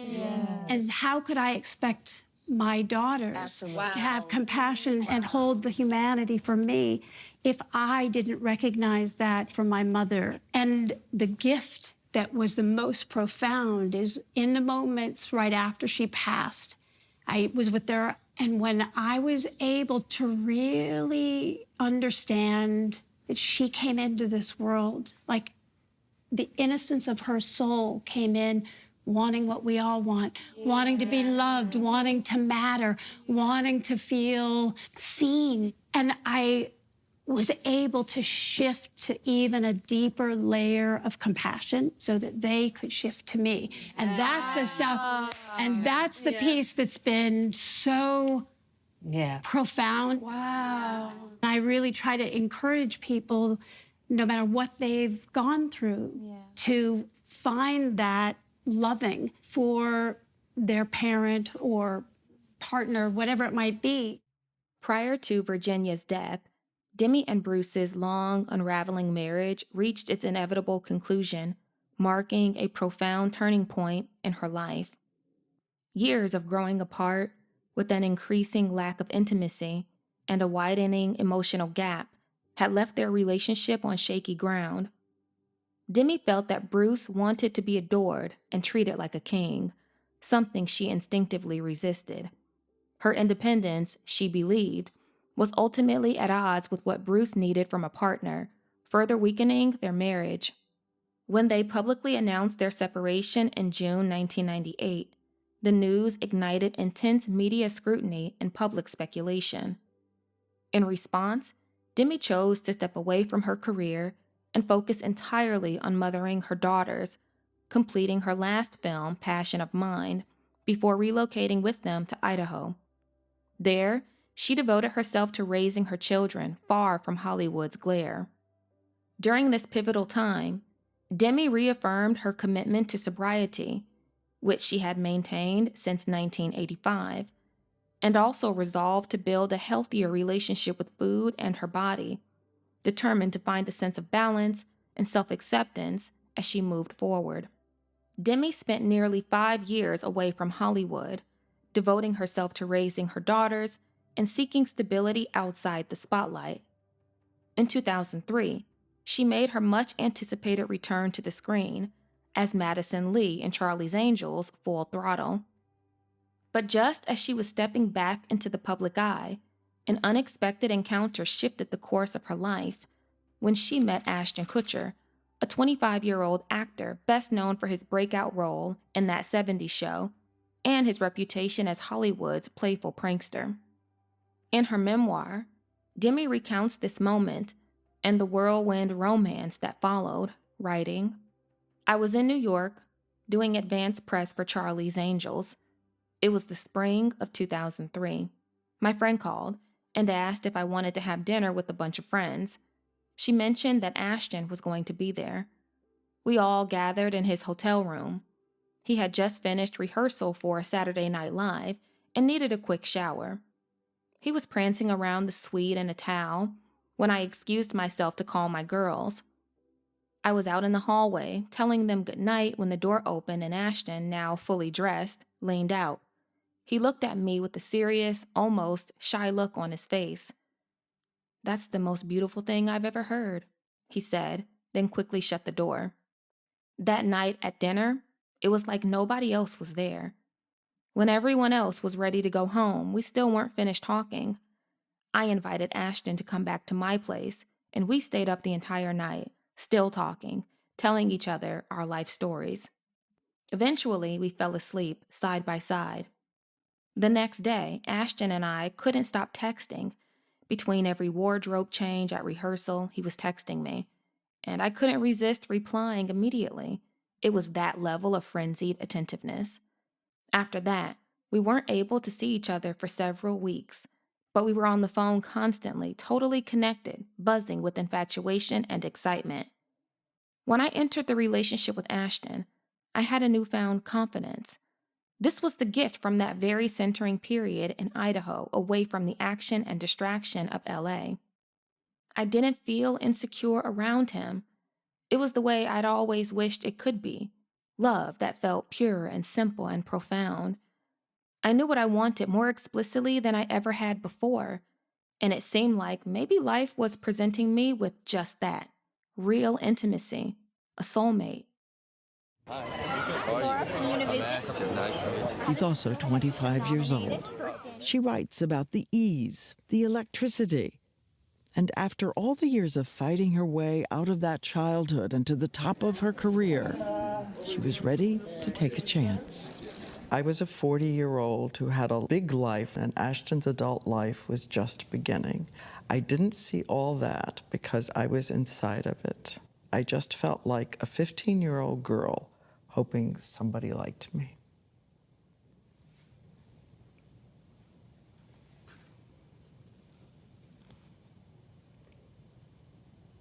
That's all true.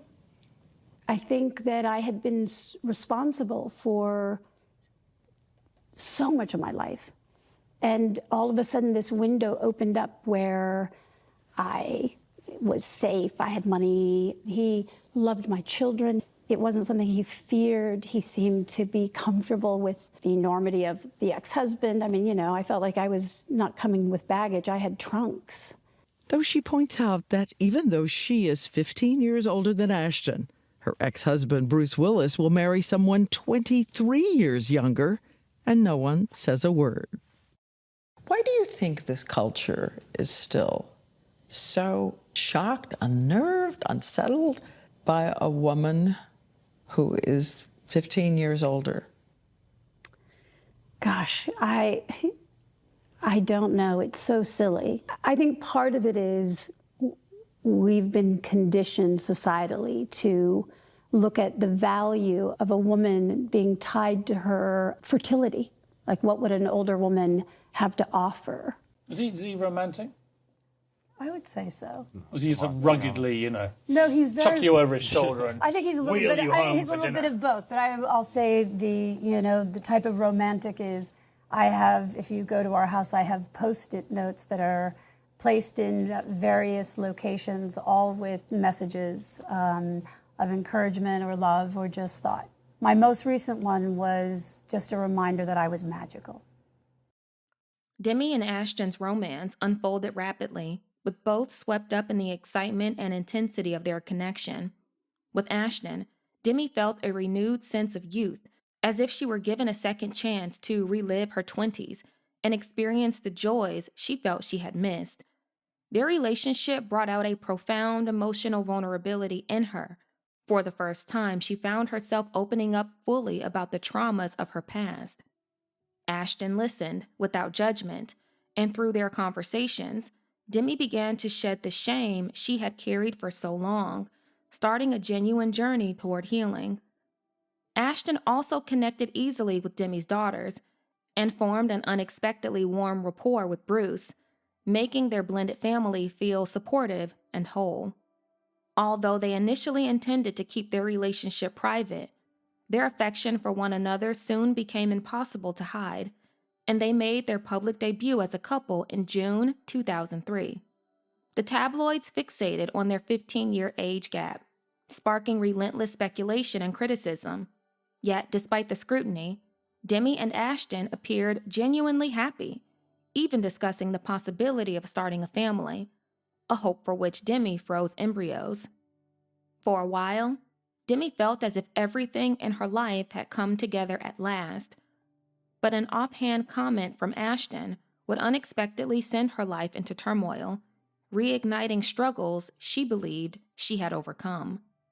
She writes, Ashton was enjoying a glass of good red wine when he said, "I don't know if alcoholism is a real thing. I think it's all about moderation." I wanted to be the girl who could have a glass of wine at dinner or do a tequila shot at a party. In my mind, Ashton wanted that too. So I tried to become that. I didn't think, this is a kid in his 20s who has no idea what he's talking about. I didn't think, I have nearly 2 decades of sobriety under my belt, and that's a huge accomplishment. Instead, I cast about justifications for his argument. Plenty of people party too much in their youth and then develop a perfectly healthy relationship with alcohol, I told myself. Could I do that too? Back in our room, I took a beer from the minibar. That first weekend, when I opened the door to alcohol again, it was such a novelty to have a buzz. And that's all it was. I had this under control, I told myself. So we went on this trip, and Ashton said, I don't know if alcoholism's a thing. I think it's about moderation. And if I had stayed close to working my program, I of course, I lived the majority of my adult life sober. I was great sober. I had no... What do you think that mental or emotional pull was to be I wanted to be that girl. Yeah. I made my own story up that he wanted somebody that he could have wine with and do stuff. He's not the cause of why I opened that door. Right. I wanted to be something other than who I am. Right. And it was literally like giving my power away. Right. When Demi let alcohol back into her life, her decades of sobriety unraveled, and her drinking soon felt beyond her control. The loneliness and self-doubt that followed left her feeling even more isolated and disconnected from the person she once was. In the middle of this storm, while she and Ashton spent a weekend at Diddy's house in Miami, Demi discovered she was pregnant, a moment that offered a rare glimpse of hope. 6 weeks later, Ashton proposed, and suddenly the dream of a family together felt within reach. Demi allowed herself to believe in the possibility of happiness and belonging again. But 6 months into the pregnancy, she suffered a miscarriage that left her devastated and racked with guilt. Certain her drinking and smoking in those early weeks had somehow caused the loss. After she and Ashton married on September 24, 2005, their efforts to have a child were met with disappointment. As each round of IVF failed, Demi became more fixated on pregnancy and increasingly desperate with each setback. This consuming longing began to erode her relationships, driving a wedge between her and Ashton, and leaving her daughters feeling alienated from the mother they once knew. At 42, you were pregnant. Mm-hmm. 6 months, you go in for a checkup. At almost 6 months. And you said you will never forget the look on the doctor's face. You could see a combination of his dread and it shifting then immediately into matter-of-fact, practical information. Because it was unquestionable, because there was no heartbeat. And you tried again. You had in vitro? Quite a few times. I can't even really bring fully to words how lost, empty, desperate, confused. I really lost sight of everything that was right in front of me, which is the family I had. And I think the weight that it put on Ashton, it's kind of a natural thing to pull back when somebody's, clinging too tight.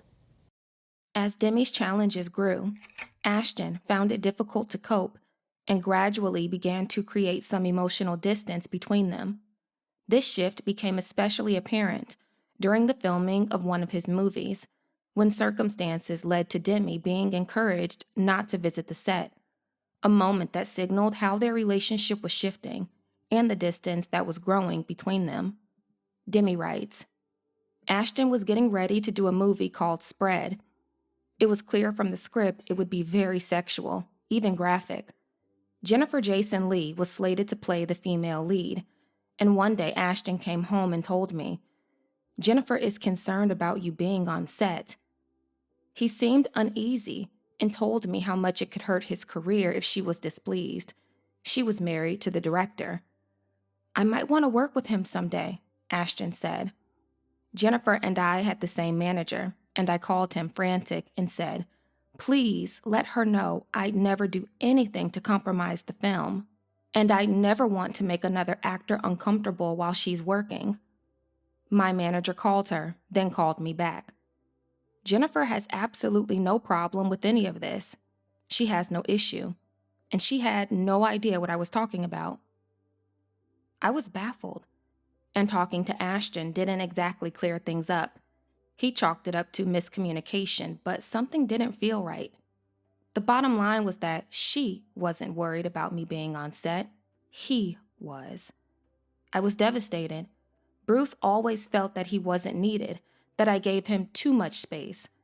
I'd been trying not to repeat that mistake. I thought I was being supportive, there for Ashton in whatever he needed. I had made him the focus of all of my attention and was putting too much pressure on him. I was losing myself, and that's on me. As Demi's addiction deepened, the distance in her marriage to Ashton grew. Their relationship frayed upon the frustration and disappointment, coming to a head at Demi's 44th birthday party at Joe Francis's house when her drinking spiraled. In the hot tub, she slipped in and out of consciousness, prompting Ashton, alarmed and angry, to carry her to bed. For Demi, the moment was painful and confusing. She felt both hurt by Ashton's reaction and ashamed of her struggle, especially as she believed he had once encouraged her to let loose. Isolated and lost, Demi's pain led her to begin abusing prescription pills, marking an even darker chapter in her ongoing battle with addiction.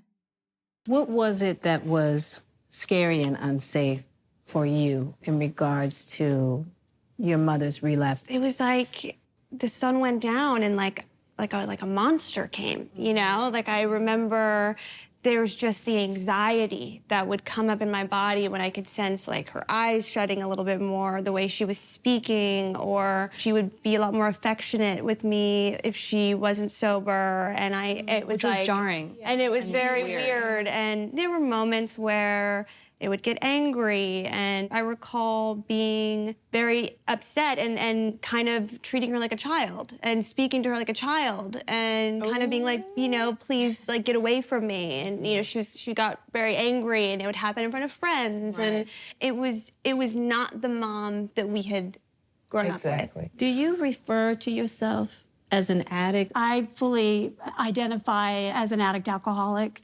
I think my whole nature is really all or nothing. I have two speeds, go and go faster, and I do not have an off switch. Right. In January, I'll have 8 years sober. Yeah. But it's interesting, though, like, I never heard you use language like that necessarily. And so I remember even, like, having a lot of frustration towards you, and the times, like, you called going away to treatment camp. You know, like, I had so much of this undealt with anger that I hadn't let out because I didn't understand what was going on. Yeah.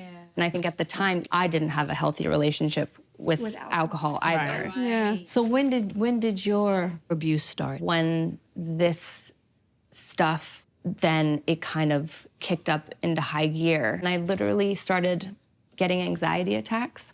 As Demi and Ashton's marriage grew increasingly strained, Ashton withdrew further, leaving Demi feeling isolated and desperate to bridge the gap between them.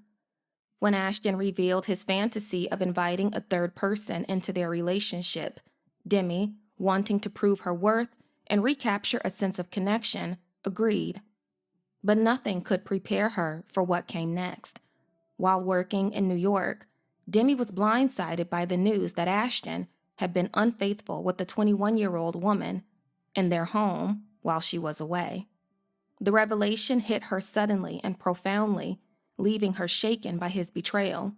The pain and humiliation were overwhelming, yet the timing left them no space to process privately. They were scheduled to appear together at the Clinton Global Initiative to launch their foundation. Forced to present a united front in public, Demi was instead consumed by shame and confusion, haunted by the thought that her willingness to agree to threesomes might have blurred the lines between them and somehow made Ashton's betrayal possible. A justification he echoed, leaving her even more lost in her own hurt. As the strain in Demi and Ashton's marriage intensified, its effects rippled through the rest of the family, leaving Demi's daughters caught in the growing toxicity. In 2011, the cracks in Demi's family were laid bare when Tallulah, still a minor, was arrested for drunk driving. Demi's anger and disappointment were quickly magnified by the media attention that followed, as the story was broadcast on TMZ the very next day. For Tallulah, her mother's response felt harsh and unsympathetic, pushing her to the breaking point.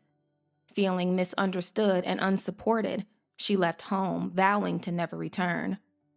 The rift widened when Scout, witnessing the growing distance and conflict, chose to follow her sister's lead and also cut off contact with Demi. Left alone, Demi was devastated by the silence of her daughters and consumed by the loss of their closeness. She writes, "The girls were angry I'd become so dependent on Ashton. I was addicted to him is the best way I can put it. And I did all the things that addicts do. I prioritized my addiction over my needs and the needs of my family. I made strange, unconvincing justifications for my behavior and his. I had held the family together as a pillar, and the pillar was crumbling. Ashton was angry. He felt that I had hurt his relationship with the girls, but he still seemed to be trying really hard to be supportive. He sent me a beautiful, reassuring email that summer, saying that he felt like the luckiest man on earth, that when God made me, he had created a safety net for him." So can you explain why you guys weren't talking to your mom for 3 years?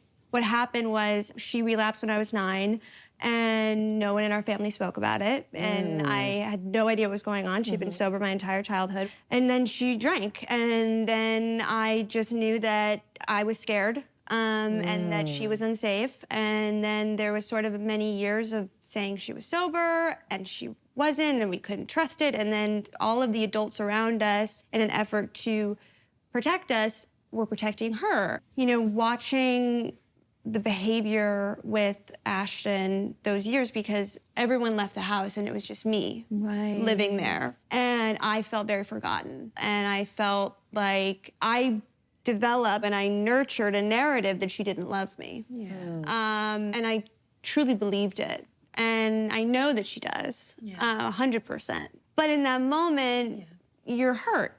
And you can't fathom that someone that loves you would do that to you.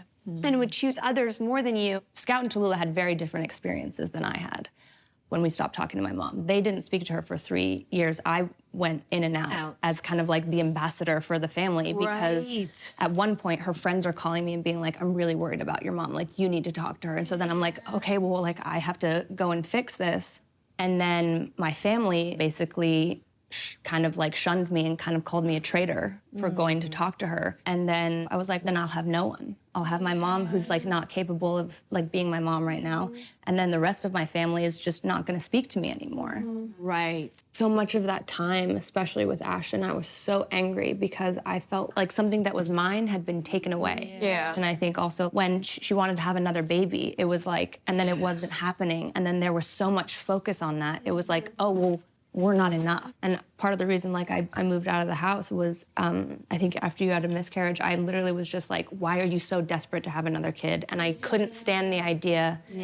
It wasn't just the addiction or drinking again. The addiction in the codependency, like my addiction to Ashton. And that was probably almost more devastating because it took me seriously away. You had always chosen us. You had always put us first and made that a priority. Came to Idaho, like stopped working, like being around a woman as your mother who is this like infallible woman who can take on anything, even my dad, like all of these people that are, you know, that is in control always, like always together, always in control, not be in control around a man. Like, who is this person? I don't know who this is, and I feel like they're supposed to be my rock. I wanted her to show and prove to me that I'm important enough for you to get sober. I want you to show me that being in my life is worth more than any drug, any man, like anything. And that's the most human thing that you could possibly think, like, this is hurting you, I should be enough for you to not hurt yourself.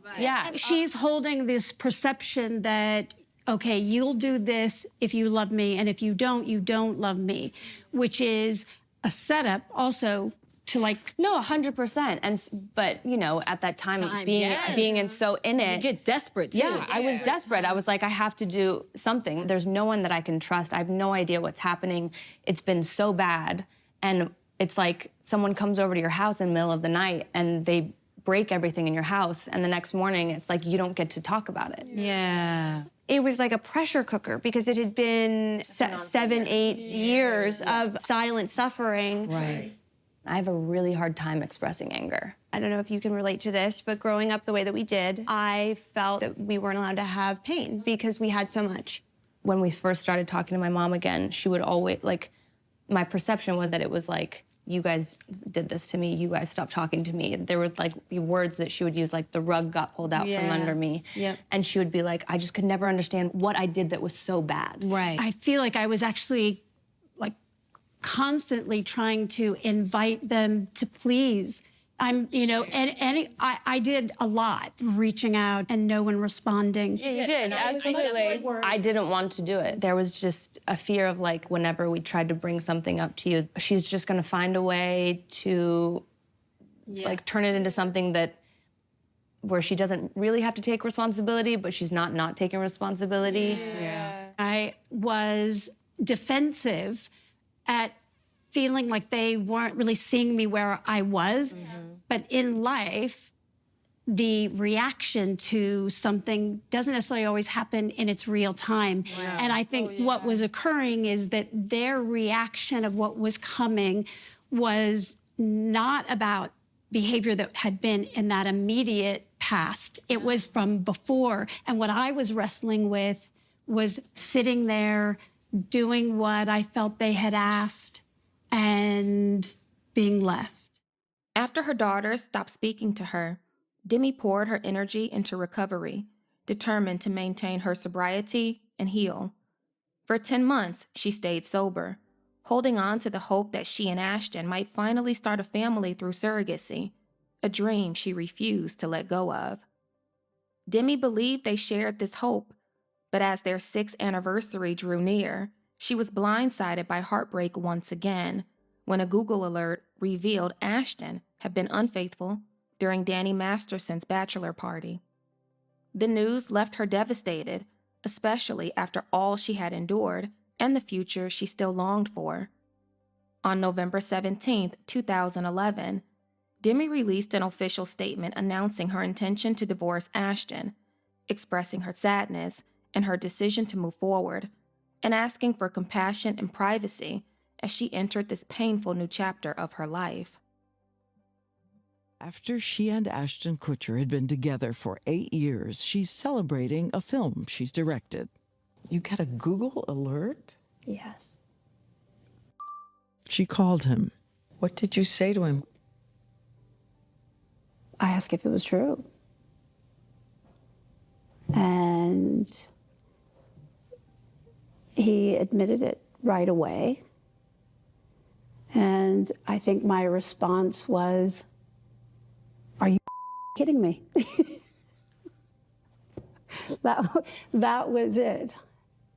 And I think I felt like I could barely take a breath. But she has to walk the red carpet, and here she is at that moment, 1,000 light bulbs flashing.